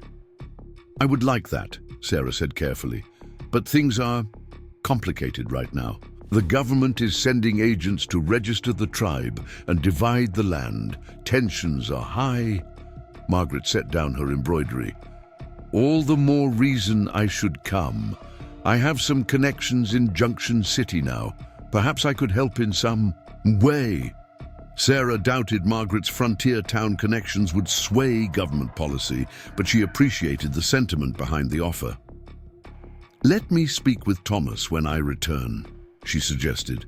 "A visit might be possible after the registration process." As her time in Junction City progressed, Sarah became increasingly aware of existing between worlds in a new way. With Margaret, she was Sarah Miller, Elizabeth's daughter, heir to a family healing tradition. In town, she was simply a young white woman, unremarkable except for her unusual copper hair. Neither identity felt false, yet neither encompassed her whole self.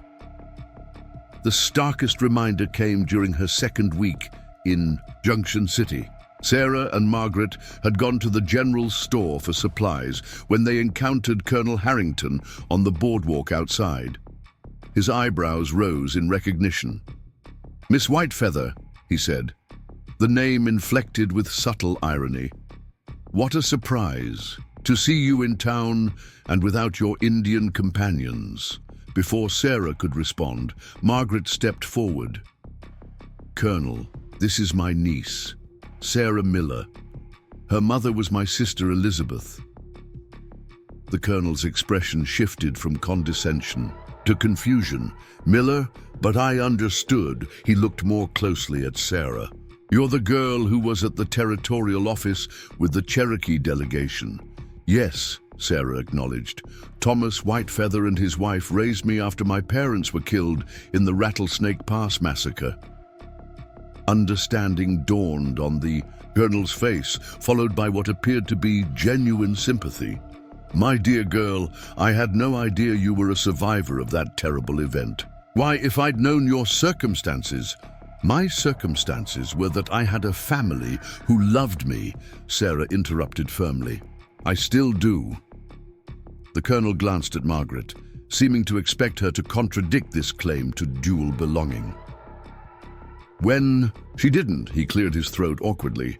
"Well, it's fortunate you've reconnected with your actual relations. I'm sure it's a comfort to know where you truly belong." The implication stung, though Sarah had heard similar sentiments before. What surprised her was Margaret's response. "Colonel," she said pleasantly, but with steel beneath her tone, "my niece belongs wherever she chooses to call home. The Cherokee family that raised her has my eternal gratitude. Without them, I would never have found Elizabeth's daughter." The colonel made his excuses and departed shortly after, but the encounter left Sarah thoughtful. Margaret's defense had been unexpected, a small but meaningful acknowledgement that Sarah's connection to Pine Creek Valley was legitimate, not just a temporary arrangement until her real family could be found. That evening, as they prepared a dinner of rabbit stew in Margaret's small kitchen, Sarah broached a subject she had been considering since their meeting with Colonel Harrington. The journals mention a remedy for rheumatism that combines willow bark with a plant mother called ghost pipe, she began. "We have something similar in Cherokee medicine, but we add another herb that grows in shaded creek beds. I've found it particularly effective for the deep aches elders suffer in winter." Margaret looked up from the pot she was stirring. "Are you suggesting we combine approaches?" Sarah nodded. "Why should healing knowledge remain separate? If my mother were alive, I think she would have incorporated Cherokee remedies into her practice, just as I could enhance mine with her methods." A slow smile spread across Margaret's face. Elizabeth would have loved that idea.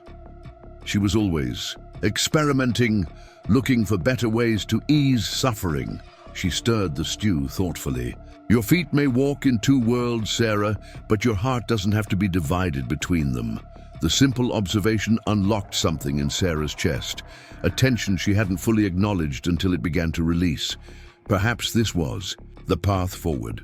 Not choosing one heritage over another, but weaving them together into something stronger than either alone could be.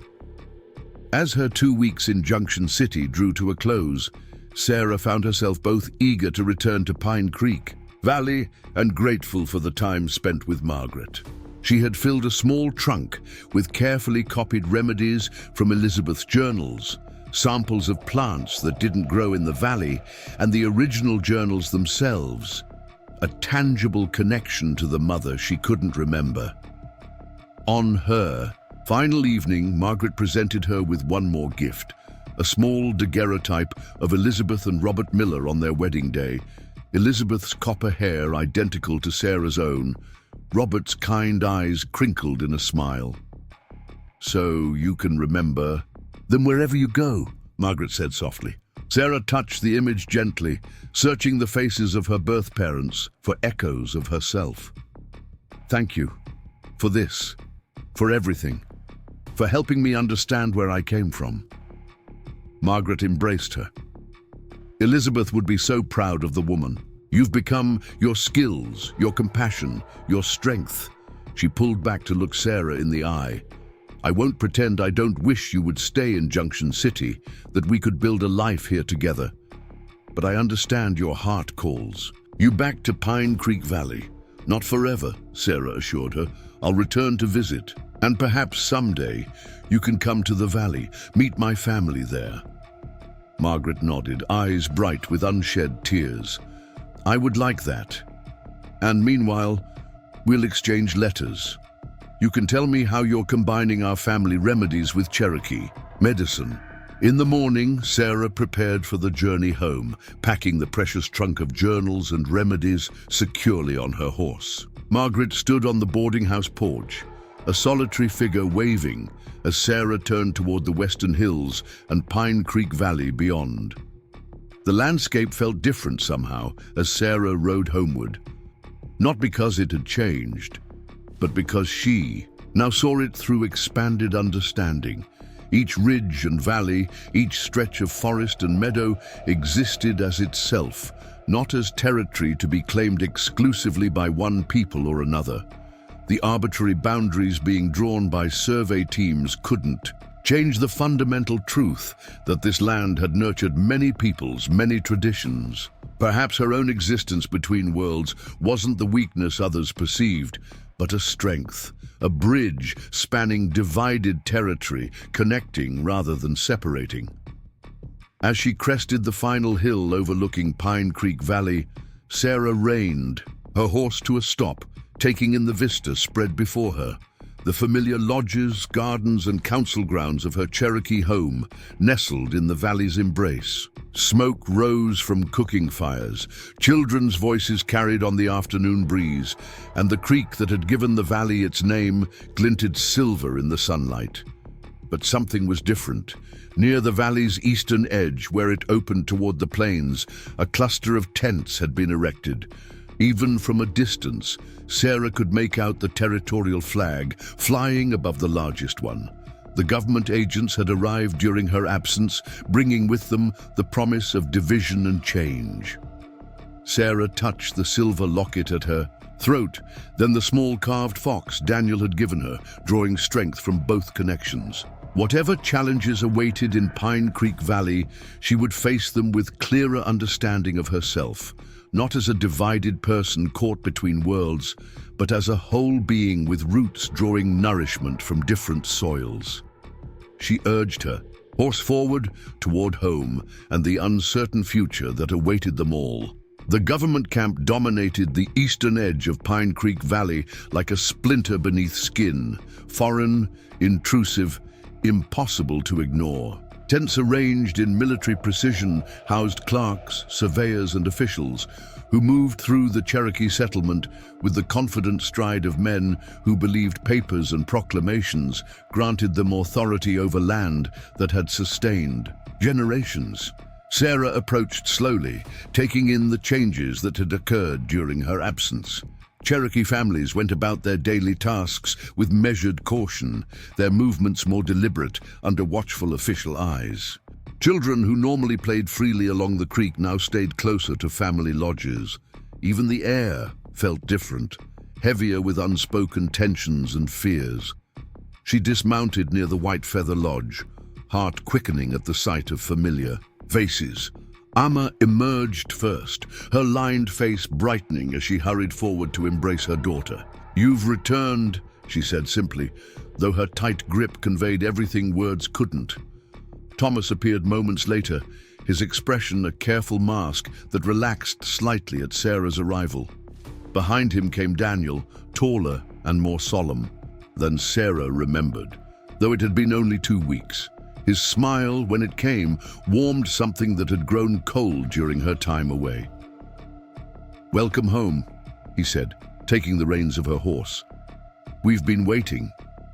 Inside the lodge, with the door secured against prying eyes, Sarah unpacked her treasures, Elizabeth's journals, samples of medicines, the daguerreotype of her birth parents. Thomas and Amma examined each item with respectful interest, asking questions about what she had learned, listening to her excited explanations of remedies that might complement Cherokee healing traditions. Only when the trunk was emptied and the stories of her time in Junction City shared, did Thomas introduce the subject that hung like smoke between them. "The agents arrived 4 days ago," he said, gesturing toward the eastern camp. They begin. Registration tomorrow. Every Cherokee must provide names, ages, family connections. They will assign land parcels based on these records. Sarah nodded, the weight of his words settling on her shoulders. Have they said how the divisions will work? Each family will receive 160 acres, Thomas replied, his tone revealing what he thought of reducing their expansive territory to such modest plots. They claim this is generous. They do not understand that our hunting grounds, our sacred places, our gathering sites cannot be contained in squares on a map. Daniel leaned forward, his voice pitched low despite their privacy. They're dividing families, Sarah. Cousins who have lived side by side for generations will be separated by miles of what they call surplus land, territory to be opened for white settlement. The implications were staggering. Pine Creek Valley, as they knew it would cease to exist, transformed from a cohesive community into scattered homesteads, isolated from one another, surrounded by newcomers who neither understood nor respected Cherokee ways. What can we do? Sarah asked, though she already suspected the answer. Thomas's face was grim. We can survive, as we have always survived. We adapt, we endure, we remember who we are, even when others try to reshape us. He studied her face carefully. The question is more complicated for you, daughter. Sarah tensed, waiting for the words she had feared since learning of the coming registration.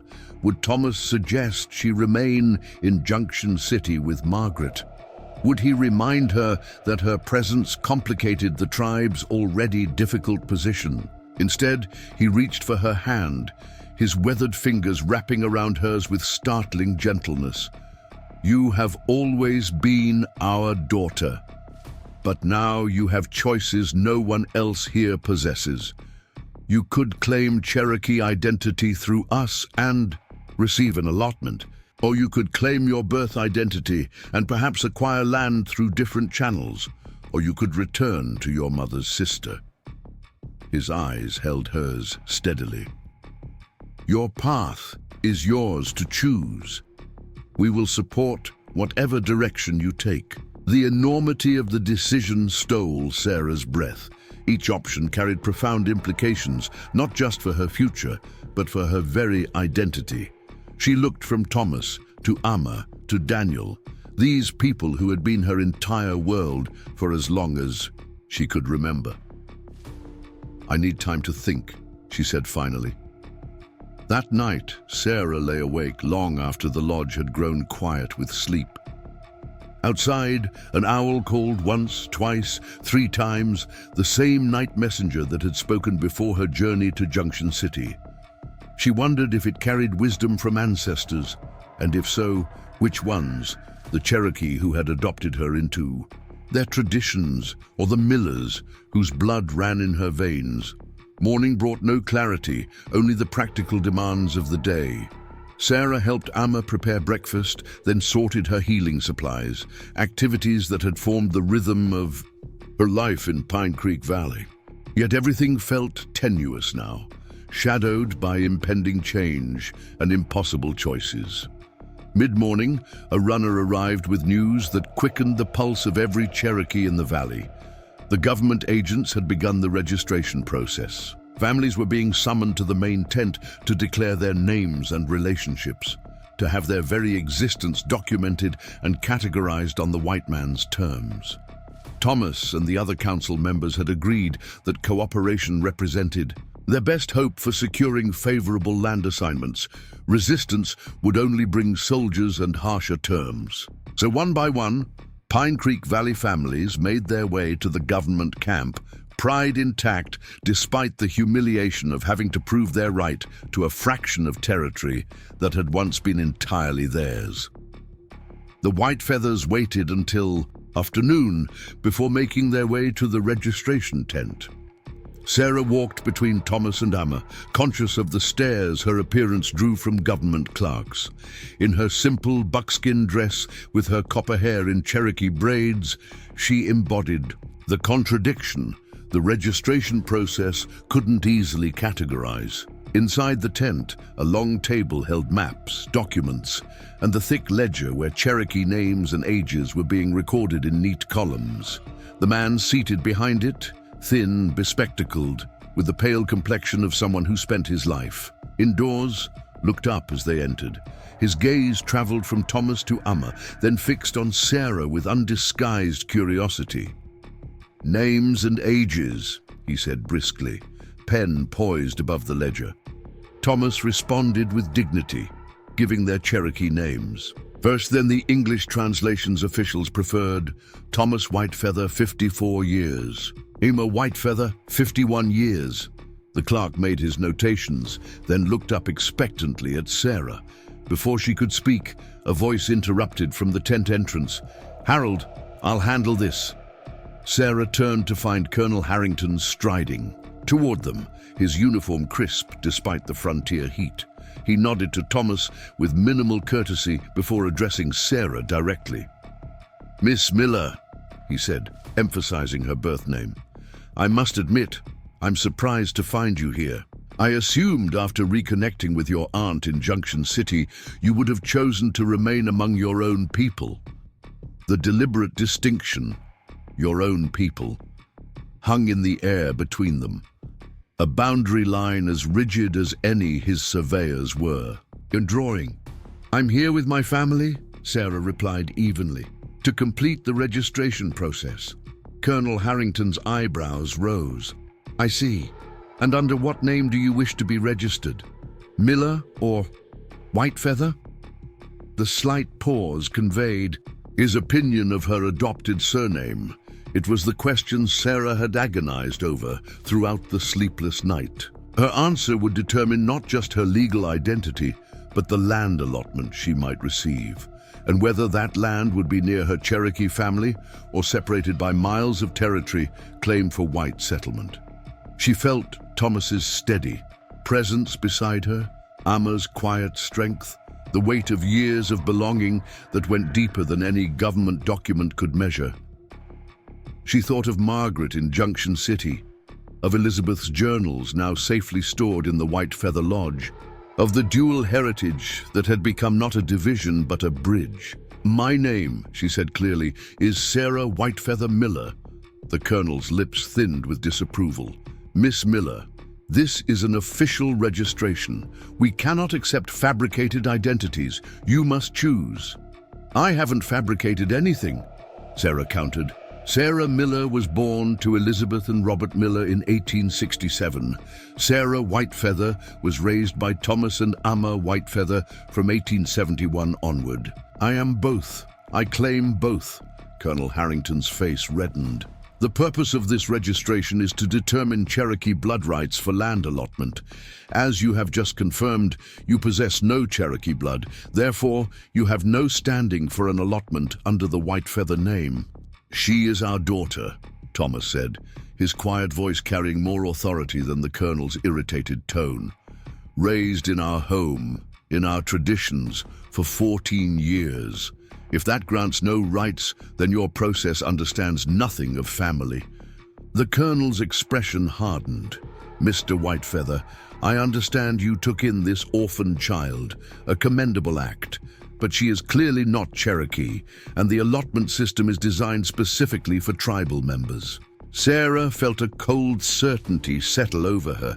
The colonel's rigid categories left no room for her complicated truth. In his world, the world whose rules were reshaping Pine Creek Valley even now, she could be Sarah Miller, a white woman with no claim to Cherokee land, or she could be no one at all. "Miss Miller," the colonel continued, his tone softening slightly, "you have options not available to others here. Your aunt in Junction City is a respectable widow with connections. I understand she's been looking for a suitable home to purchase. With your unusual background, having a proper situation will be important for your future." The implication was clear.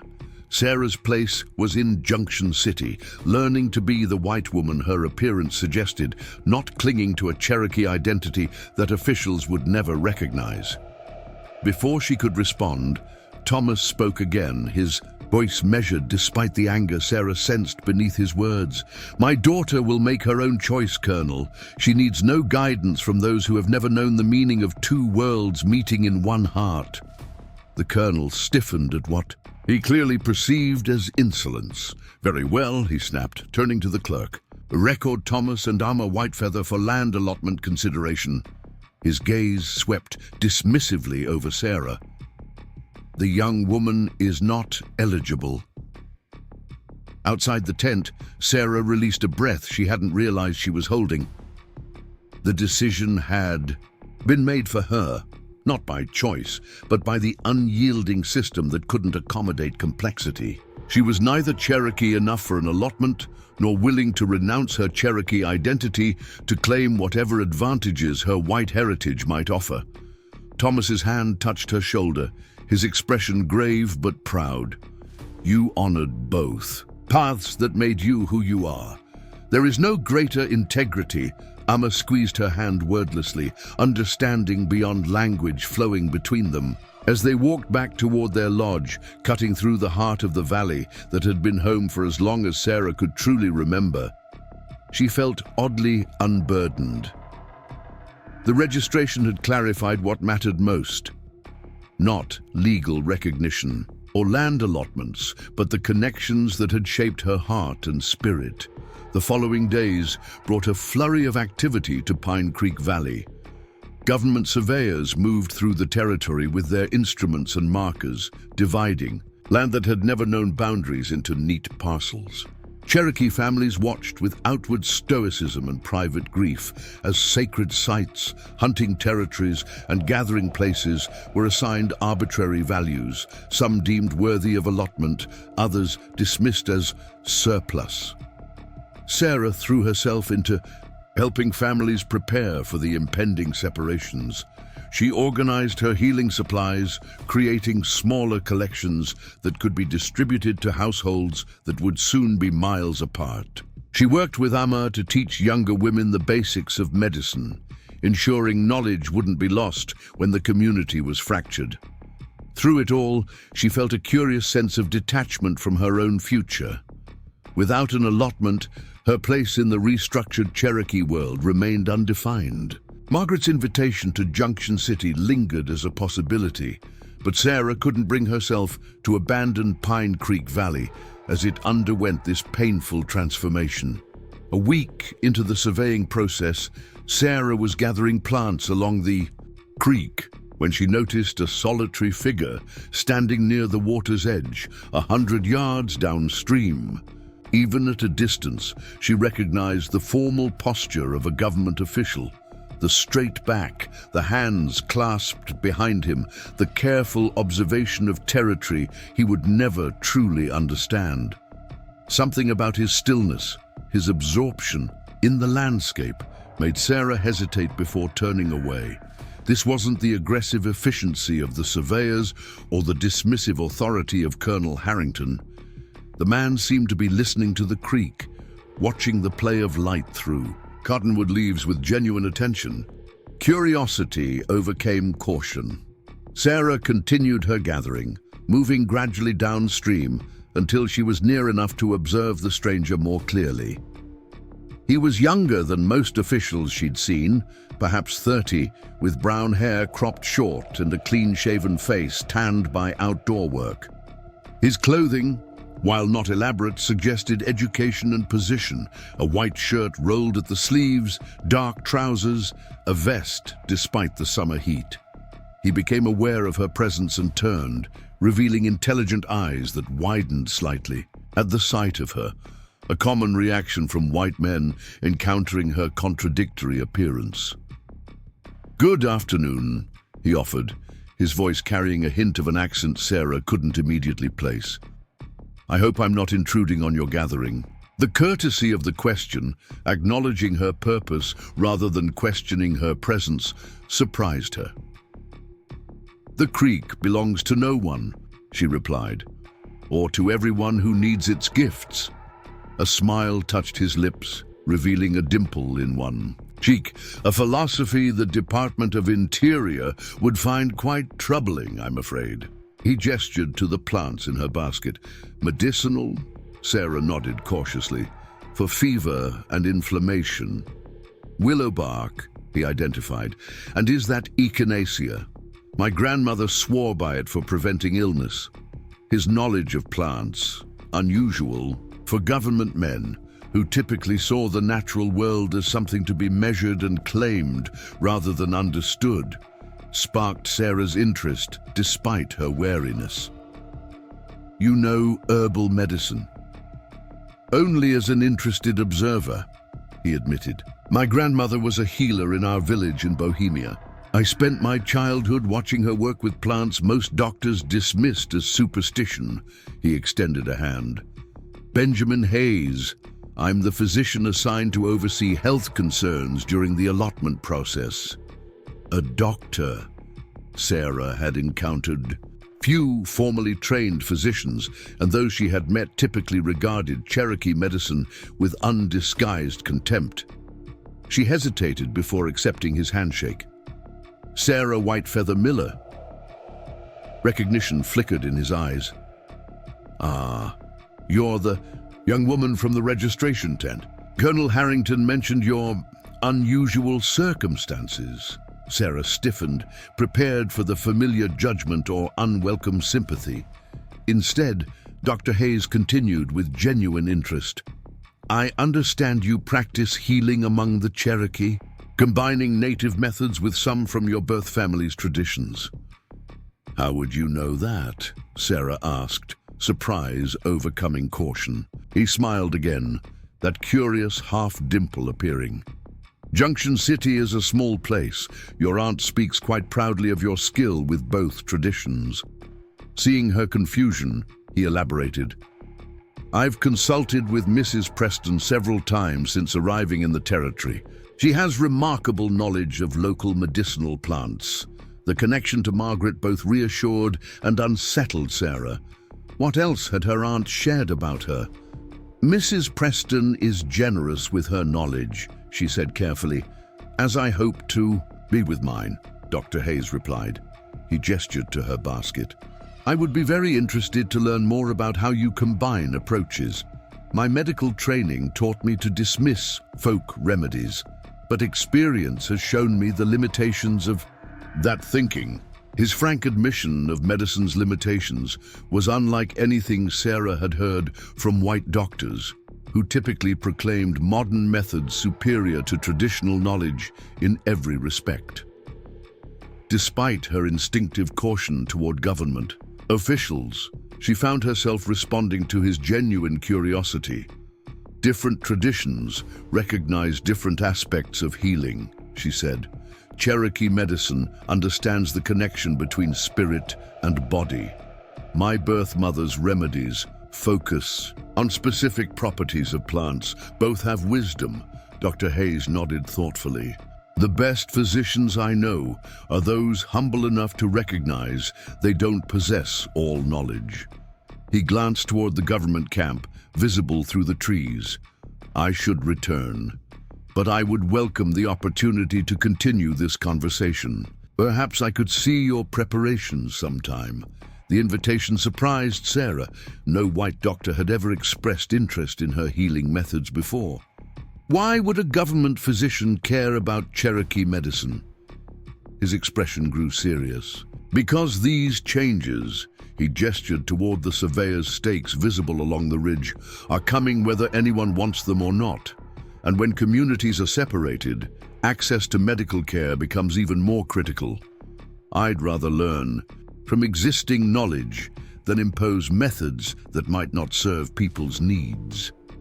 There was a pragmatism to his approach that Sarah couldn't dismiss, even as she remained wary of his government affiliation. I'll consider it, she said finally. Dr. Hayes seemed to understand her hesitation. Of course. I'll be here for several weeks as the allotment process continues. He nodded respectfully. Good day, Miss Miller. As he walked away, Sarah found herself watching his retreating figure with mixed emotions. His interest seemed genuine. His recognition of different healing traditions unusual among white doctors. Yet he remained part of the system that was dismantling her community piece by piece, however thoughtful his individual perspective might be. She continued gathering plants, her mind turning over the unexpected encounter. By the time she returned to the Whitefeather Lodge, she had decided not to mention meeting Dr. Hayes. With tensions in the valley already high, Thomas and Amma had enough concerns without adding her confusing interaction with a government physician. But the decision became moot the following morning when Daniel appeared at breakfast with news. A sickness has broken out in the government camp. 3 officials are ill with high fevers. Their doctor has requested assistance from Cherokee healers. Thomas looked up sharply. What kind of sickness? Fever, chills, confusion, perhaps the summer marsh fever, Daniel replied. The doctor says he recognizes the symptoms but lacks the proper medicines. He specifically asked for Sarah. All eyes turned to her. Sarah felt a flush rise to her cheeks, remembering Dr. Hayes's interest in her healing methods. I met him yesterday, by the creek, she admitted. He expressed curiosity about combined healing traditions. Thomas's expression remained carefully neutral. And now he seeks your help. It could be an opportunity, Amma suggested quietly, to show the value of our medicine, to establish respect. Or to take knowledge without giving anything in return, Thomas countered, his experience with white authorities evident in his caution. They survey our land, divide our community, then ask for our healing when their methods fail. Sarah understood his skepticism. The government had taken much from the Cherokee while offering little in return. Why should healing knowledge be freely shared when everything else was being systematically diminished? Yet something in Dr. Hayes's manner had suggested a different perspective, a recognition of value in traditions his colleagues dismissed, a willingness to learn rather than appropriate. And if people were suffering, did political considerations justify withholding help? I'll go, she decided, but not alone. Amma should come with me. Thomas studied his daughter's face, then nodded, slowly. Be cautious with both your knowledge and your trust. The government camp was a hive of nervous activity when Sarah and Amma arrived. Officials kept their distance from the medical tent, where 3 cots held men in various stages of the marsh fever that periodically swept through lowland areas during summer months.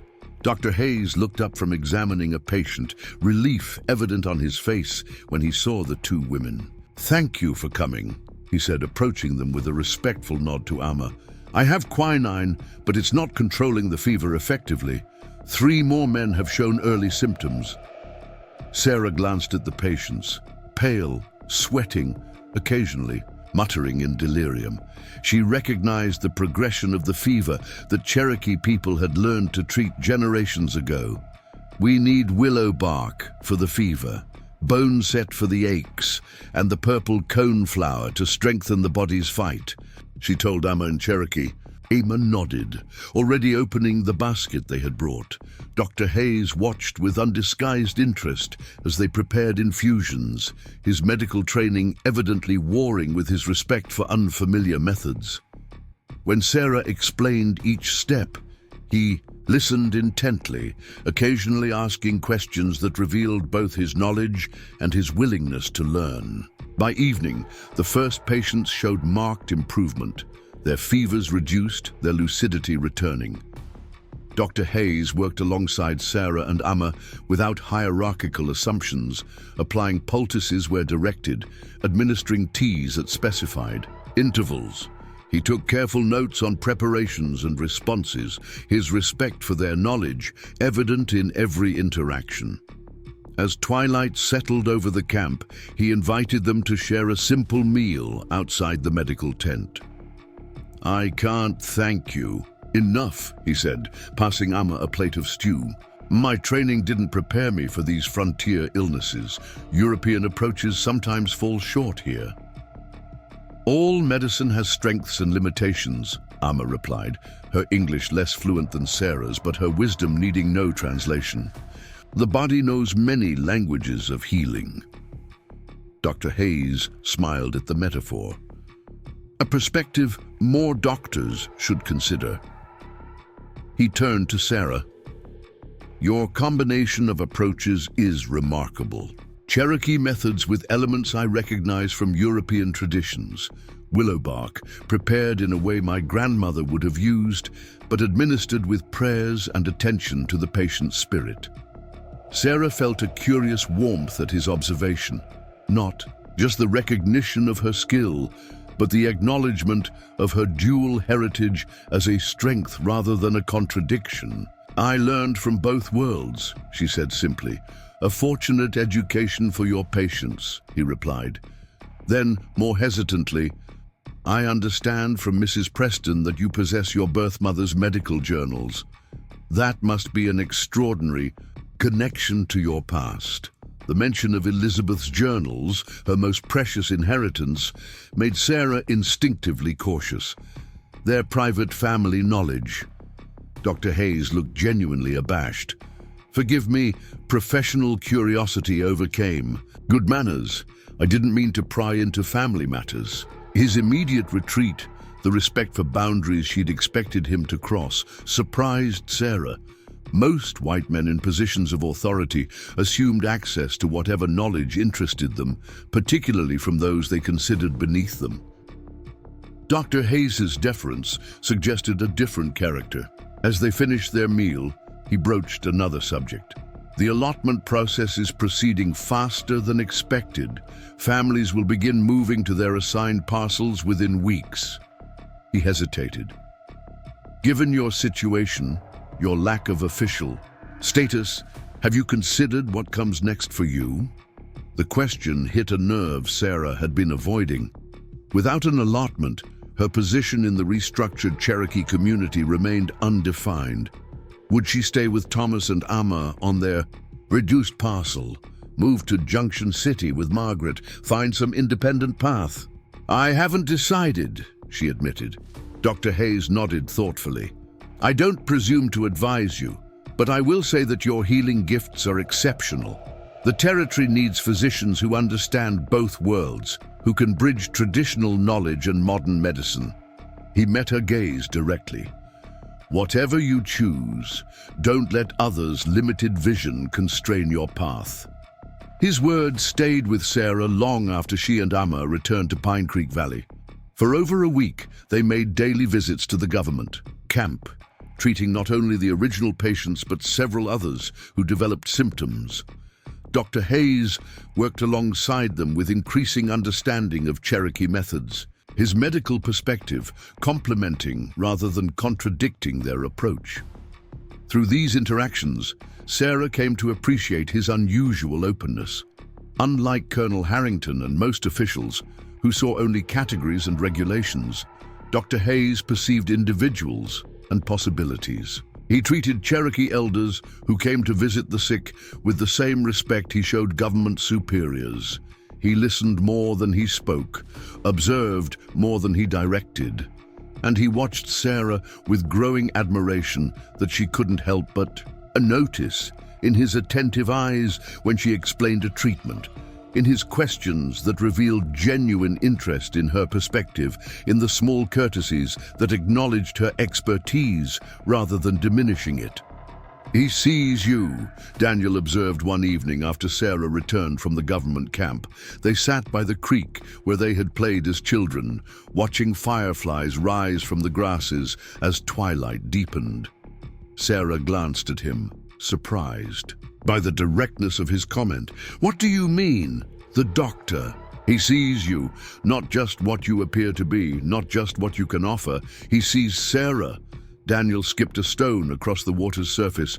It's rare among the white men who come here. Sarah felt heat rise to her cheeks.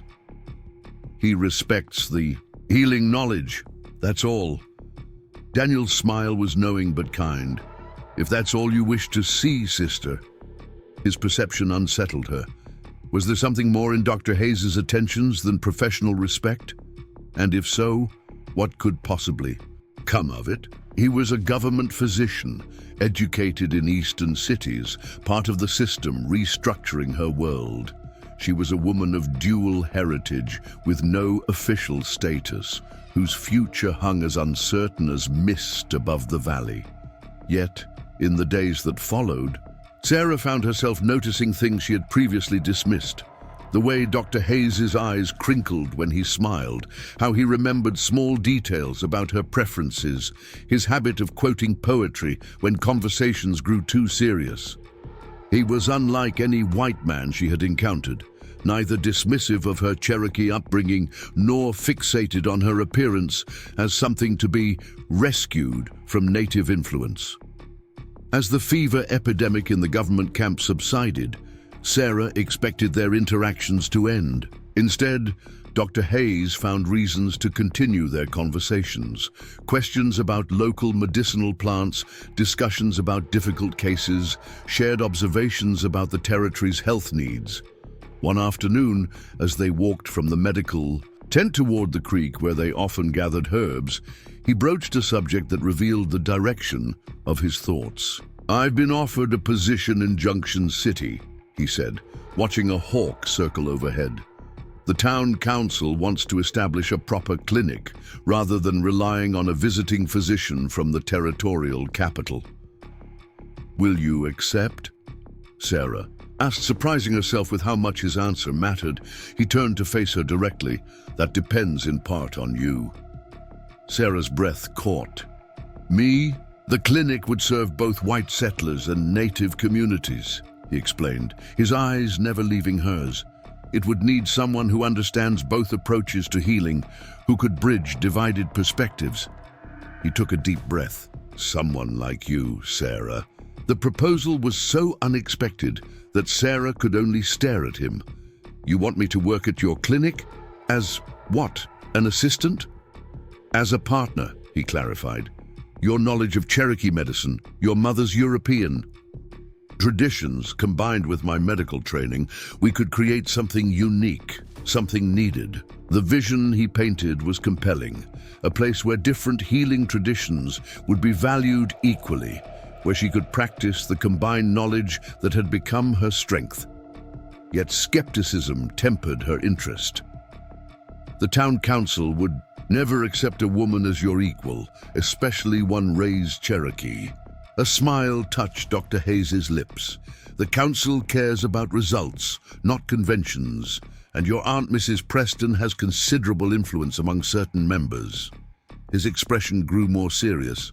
"Sarah, I don't pretend this would be without challenges, but I've watched you these past weeks. Your skill, your compassion, your ability to move between worlds that others see as separate. What you view as a complication, I see as a rare gift." The sincerity in his voice made Sarah's pulse quicken. Was this truly possible? A future where her dual heritage became an asset rather than a liability, where she could honor both traditions that had shaped her without having to choose between them?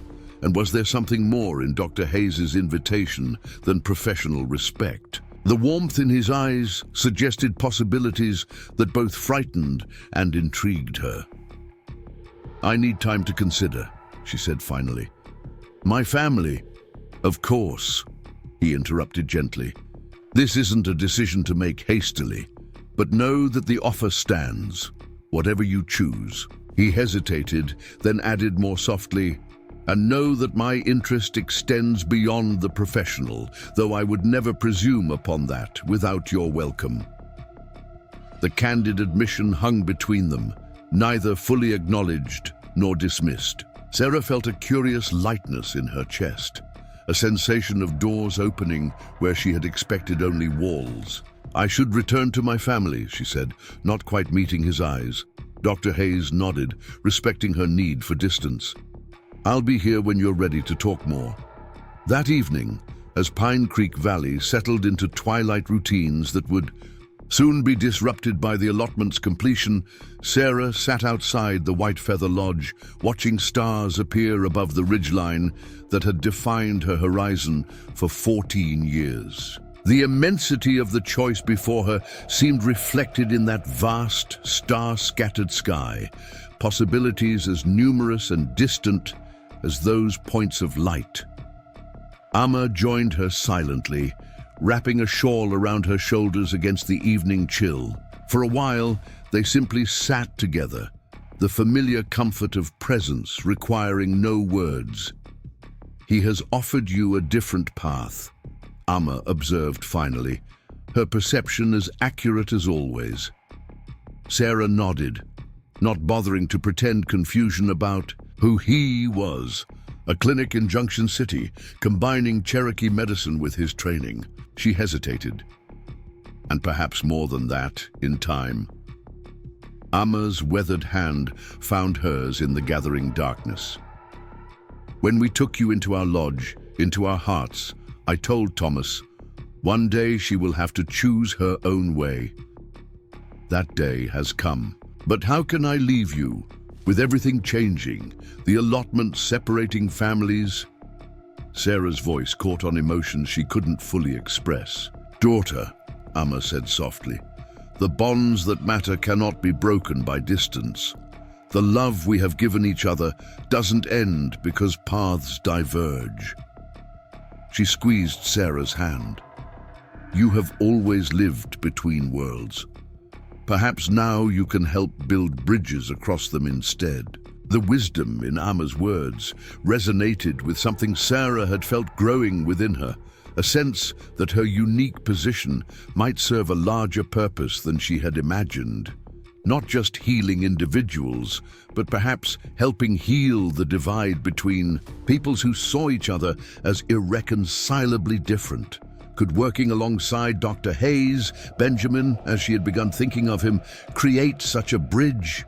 Could she honor her Cherokee family while exploring the feelings growing between them? Could her journey between worlds become not a burden, but a gift she offered to others, caught in similar crossings? As shooting stars traced brief, brilliant paths across the night sky, Sarah felt something settle within her, not certainty about every step ahead, but confidence that whatever path she chose, she would walk it as her whole self, carrying the love and wisdom of all who had shaped her. Autumn painted Pine Creek Valley in brilliant golds and crimsons as the allotment process neared completion. Each day brought new changes. Families packing generations of belongings, preparing to move to parcels often miles from where they had always lived. The rhythm of community that had sustained them for decades was dissolving, replaced by the scattered pattern government surveyors had imposed with their maps and stakes. Sarah stood atop Eagle Ridge, watching the activity below, her heart heavy with the transformation of the only home she truly remembered.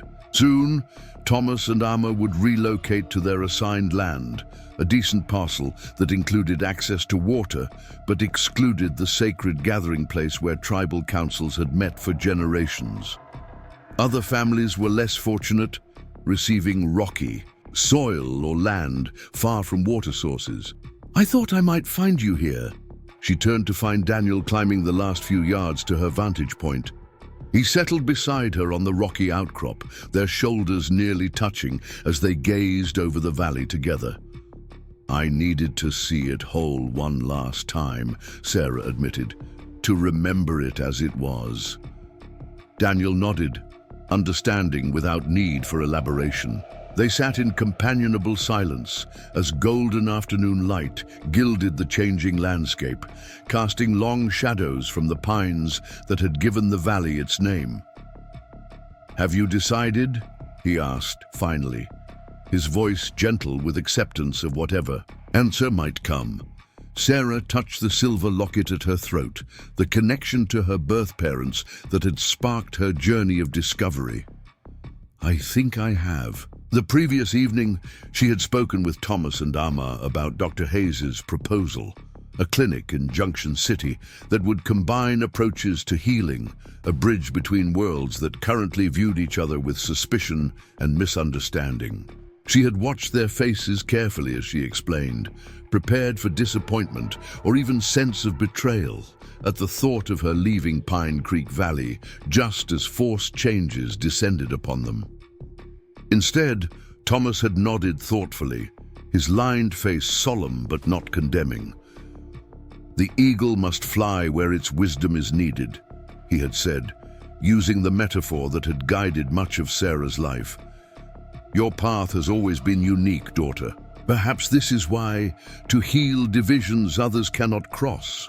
Amma had been more direct, her weathered hands clasping Sarah's with surprising strength. "You carry our teachings in your heart," she had assured her. "Distance cannot diminish what has grown between us for 14 years. Now, sitting beside Daniel on the ridge that had been their childhood refuge, Sarah felt both the weight and lightness of choice. The clinic could help people from both communities, she told him. Cherokee families being displaced by allotment will need healing they trust. Settlers will need knowledge of local remedies. I could be that connection. "And the doctor?" Daniel asked perceptively. "Is he part of your decision?" Sarah felt warmth rise to her cheeks. "Benjamin sees me as I am, not as someone to be changed, or fixed or categorized. He values both parts of my heritage." She glanced at her brother, needing his understanding perhaps more than anyone's. "That's rare, Daniel. You know it is." He was quiet for a moment, his gaze still on the valley below. Then he turned to her with the smile that had first coaxed. Words from her traumatized 4-year-old self so many years ago. "I've watched how he looks at you when he thinks no one notices. There is respect there, yes, but much more." His expression grew serious. "Does he understand what you're giving up to consider his offer? Does he value the sacrifice?" The question gave Sarah pause. She had been so focused on the opportunity the clinic represented, the chance to practice healing that honored both. Her traditions, to create something that might benefit communities being forced apart, that she hadn't fully acknowledged what leaving Pine Creek Valley would cost her. "I don't know," she admitted, "but I think he's willing to learn, to understand." "That's more than most would offer," Daniel nodded slowly. "Then perhaps he deserves the chance to try." He reached into the pouch at his belt and withdrew something small, wrapped in soft leather. "I made this for you, for whichever path you choose." Sarah unwrapped the gift to find a pendant carved. From cedar, a perfect miniature eagle in flight, wings outstretched, details articulated with extraordinary skill. A thin leather cord threaded through a small hole would allow it to be worn alongside her silver locket. "So you never forget how to soar between worlds," Daniel said softly, "and how to always find your way home, whatever home becomes." Tears pricked Sarah's eyes as she traced the delicate carving with her fingertip. Of all the people who had shaped her life in Pine Creek Valley, Daniel's steadfast friendship had been perhaps the most constant. From the child who had offered silent companionship to a traumatized girl, to the young man who now blessed her. Choice with understanding rather than reproach. "Thank you," she whispered, slipping the cord over her head so the wooden eagle nestled beside the silver locket, symbols of her dual heritage now paired against her heart. They watched the sunset paint the western sky in breathtaking color, neither speaking but communicating volumes in their shared silence. Only when the first stars appeared did they descend the ridge, returning to the lodge that would soon be dismantled as the Whitefeathers moved to their allotted land. The following morning, Sarah made her way to the government camp one final time. The surveying work was nearly complete, preparations already underway to open surplus land for white settlement. Most officials barely noticed her passage, accustomed now to the copper-haired young woman who had worked alongside their physician during the fever epidemic. She found Benjamin organizing medical supplies in the nearly empty treatment tent. He looked up at her approach, his face brightening before carefully composing itself into professional courtesy, unwilling to presume upon feelings he had expressed but she had not yet addressed. "Sarah," He greeted her, setting aside the inventory list he'd been reviewing. "I'm glad you came. I'm scheduled to leave for Junction City tomorrow." She nodded, suddenly uncertain how to begin, despite having rehearsed this conversation in her mind throughout a sleepless night. Benjamin seemed to sense her hesitation, offering the time and space she needed by returning to his task, chatting casually about plans for the Junction City clinic as he packed supplies. "The town council has approved funding for a proper building," he told her, wrapping glass bottles in protective cloth. "Nothing elaborate but functional, examining rooms, a dispensary, perhaps eventually space for patients who need overnight care." He glanced at her. Of course, the details would depend on the priorities of whoever joins the practice. The deliberate openness of his phrasing, his refusal to assume her decision, confirmed what Sarah had come to appreciate about Benjamin. Hayes. Unlike Colonel Harrington and others who imposed their visions of her proper place, Benjamin offered possibilities while respecting her agency to choose among them. "I've been thinking about your proposal," she said finally, her voice steadier than her racing heart. "A clinic that bridges healing traditions could help many people during this transition." Benjamin set down the supplies he was packing, his full attention now on her. "It could," he agreed cautiously. "Is that something you might consider being part of?" Sarah took a deep breath. "Yes, but I have conditions." His expression remained open, curious rather than defensive. "I'm listening. First, I would need to travel regularly to visit the dispersed Cherokee families, both for healing work and to maintain those connections. The clinic cannot restrict me to town." Benjamin nodded immediately. "Absolutely. In fact, I was hoping you would suggest something similar. Many won't be able to travel to town for care, especially initially." Encouraged by his ready agreement, Sarah continued, "Second, I would present both healing traditions as equally valid, not Cherokee medicine as folklore, and your training as real medicine. Patients would understand they're receiving combined approaches." "As they should," Benjamin replied. "I've seen enough evidence of Cherokee medicine's effectiveness to advocate for its value without reservation." Sarah studied his face, finding only sincerity in his expression.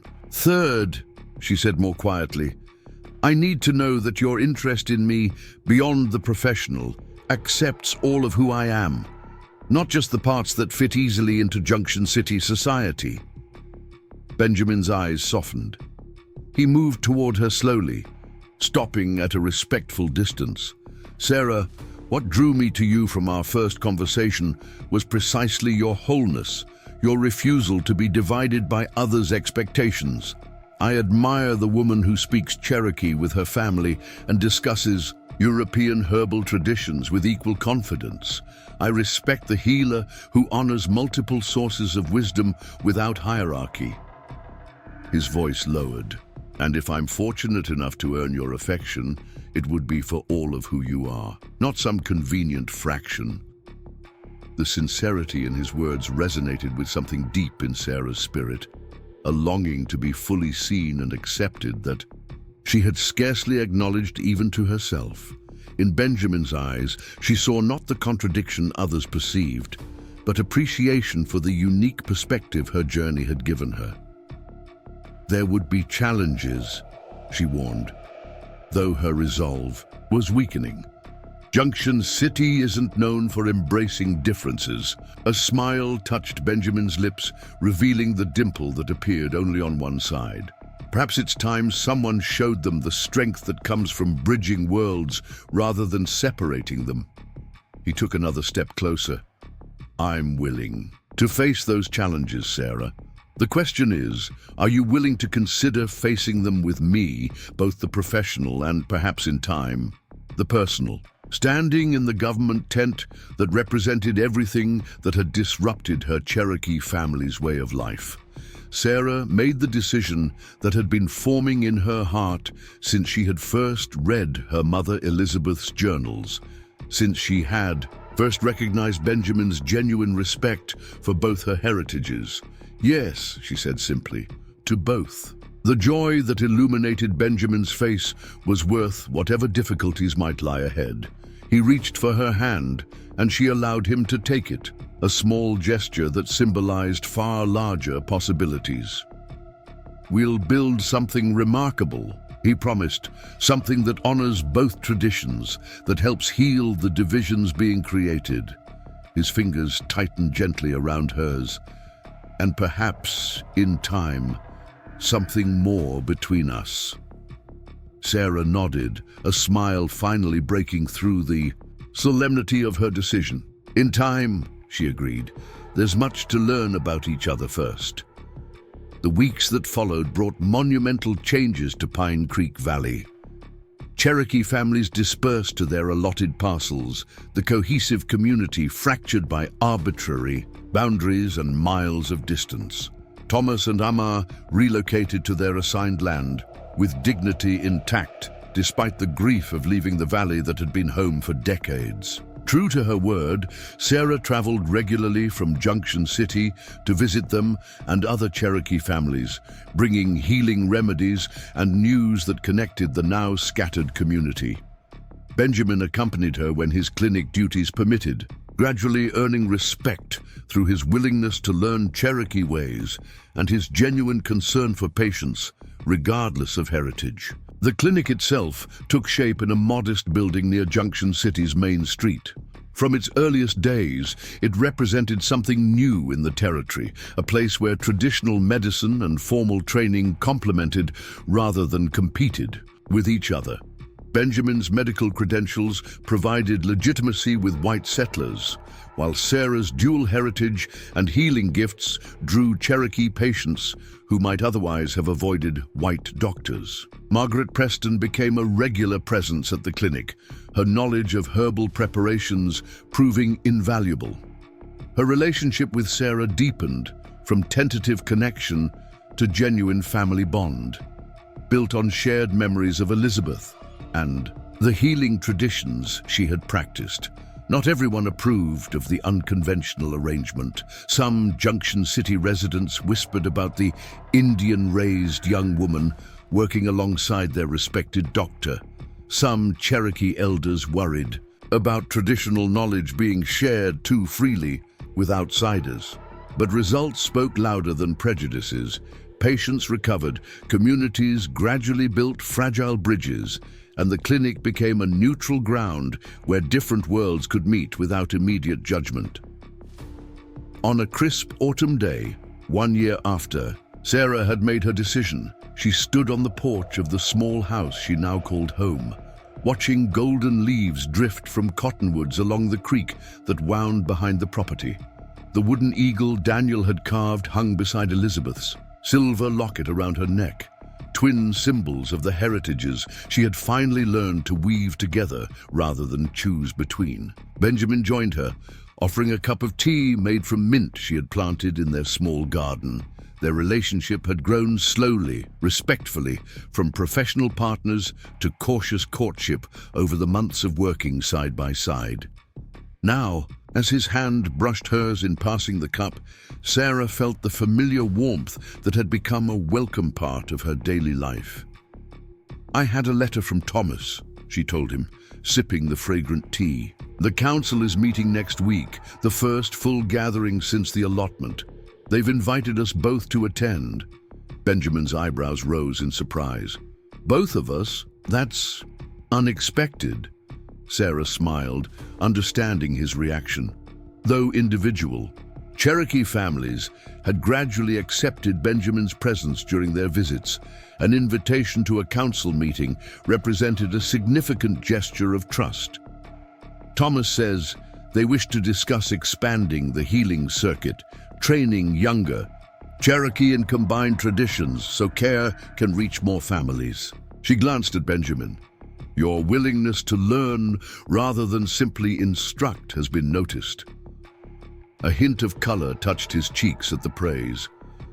"I've had an exceptional teacher," he replied, his eyes warm with more than professional admiration. As twilight settled over the small frontier town that had become her new home, Sarah reflected on the journey that had brought her here. From the orphaned child hidden beneath a wagon at Rattlesnake Pass, to the healer who now helped bridge divided communities, the path had been neither straight nor easy, marked by loss and discovery, rejection and acceptance. Yet standing beside the man who had seen possibility where others saw only contradiction, with connections maintained to the Cherokee family, who had shaped her heart and the birth heritage she had reclaimed, Sarah recognized that her unique journey had prepared her for exactly this role. Not caught between worlds, but helping build passages between them. The wooden eagle rested against her heart alongside the silver locket, no longer symbols of divided loyalty, but reminders that the strongest bridges are built from materials drawn from both shores they connect. Up next, you've got two more standout stories right on your screen. If this one hit the mark, you won't want to pass these up. Just click and check them out.